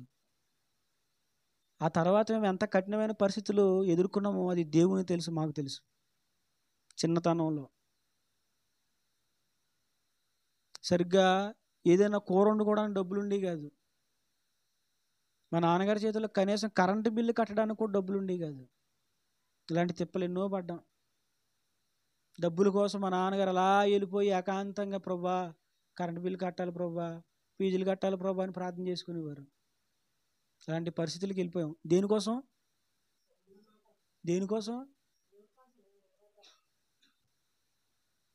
ఈరోజు అక్కడ జరుగుతుంది. నేను నమ్ముతున్నాను రాబోయే దినాల్లో దేవుని చిత్తమైతే అక్కడ దేవుడు ఘనమైన పరిచయం ఇస్తాడని. క్రమముతో మనం నడుచుకున్నప్పుడు కొన్నిసార్లు ఎలాంటి పరిస్థితులు కూడా ఎదురవ్వచ్చు, కానీ మనం క్రమమును మాత్రం మానకూడదు. ఒక క్రమమైన విధానంలో భక్తి మనం చేస్తూ పరిచర్య చేసుకుంటూ ముందుకెళ్ళిపోతే నిన్ను ఎవరో పొగడంసలే దిబ్బు మీద. ఒకవేళ ఎవరు పొగడరు కూడానేమో. ఎవరైనా ఒకవేళ పొగడకపోవచ్చు, ఎవరైనా సరే మనల్ని ఎవరు పొగడకపోవచ్చు, వావ్ అనకపోవచ్చు. కానీ నీ నిర్దోషత్వాన్ని, నీ యొక్క క్రమమైన భక్తిని దేవుడు చూస్తాడు. తగిన సమయంలో ఆయన ప్రతిఫలాలు ఇస్తాడు. అక్రమంగా చేసి ఆశీర్వాదం పొందుకునేది ఏమీ లేదు. క్రమం కోసం ప్రయాసపడి కష్టపడితే దేవుడు తగిన సమయంలో ప్రతిఫలాన్ని ఇస్తాడు. కాబట్టి క్రమం కలిగి మనం ముందుకు కొనసాగిపోదాం. క్రమం కనుక లేకపోతే ఎంత భక్తులైన దేవుడు విడిచిపెట్టలేదు, మహారాజులైన దేవుడు విడిచిపెట్టలేదు, వదలడు ఆయన. రేపు పొద్దున్న లెక్క అడుగుతాడు. ఆ లెక్కలో మనం అక్రమం చేసిన వారం అయితే, అక్రమం చేయవారులారా మీరు ఎవరో నేను ఎరుగన ఎద్దరు నుండి పొండి అంటాడు ఆయన. కనుక క్రమం కలిగి మనం ముందుకు కొనసాగుతాం. దేవుని చిత్తం అయితే వచ్చే వారం మరొక అంశాన్ని మనం ధ్యానం చేద్దాం. దేవుడి మధ్యాహ్న కాల సమయంలో తన దివ్య వాక్కును మన వెనుకల్లో దీవించి ఫలింప చేయును గాక.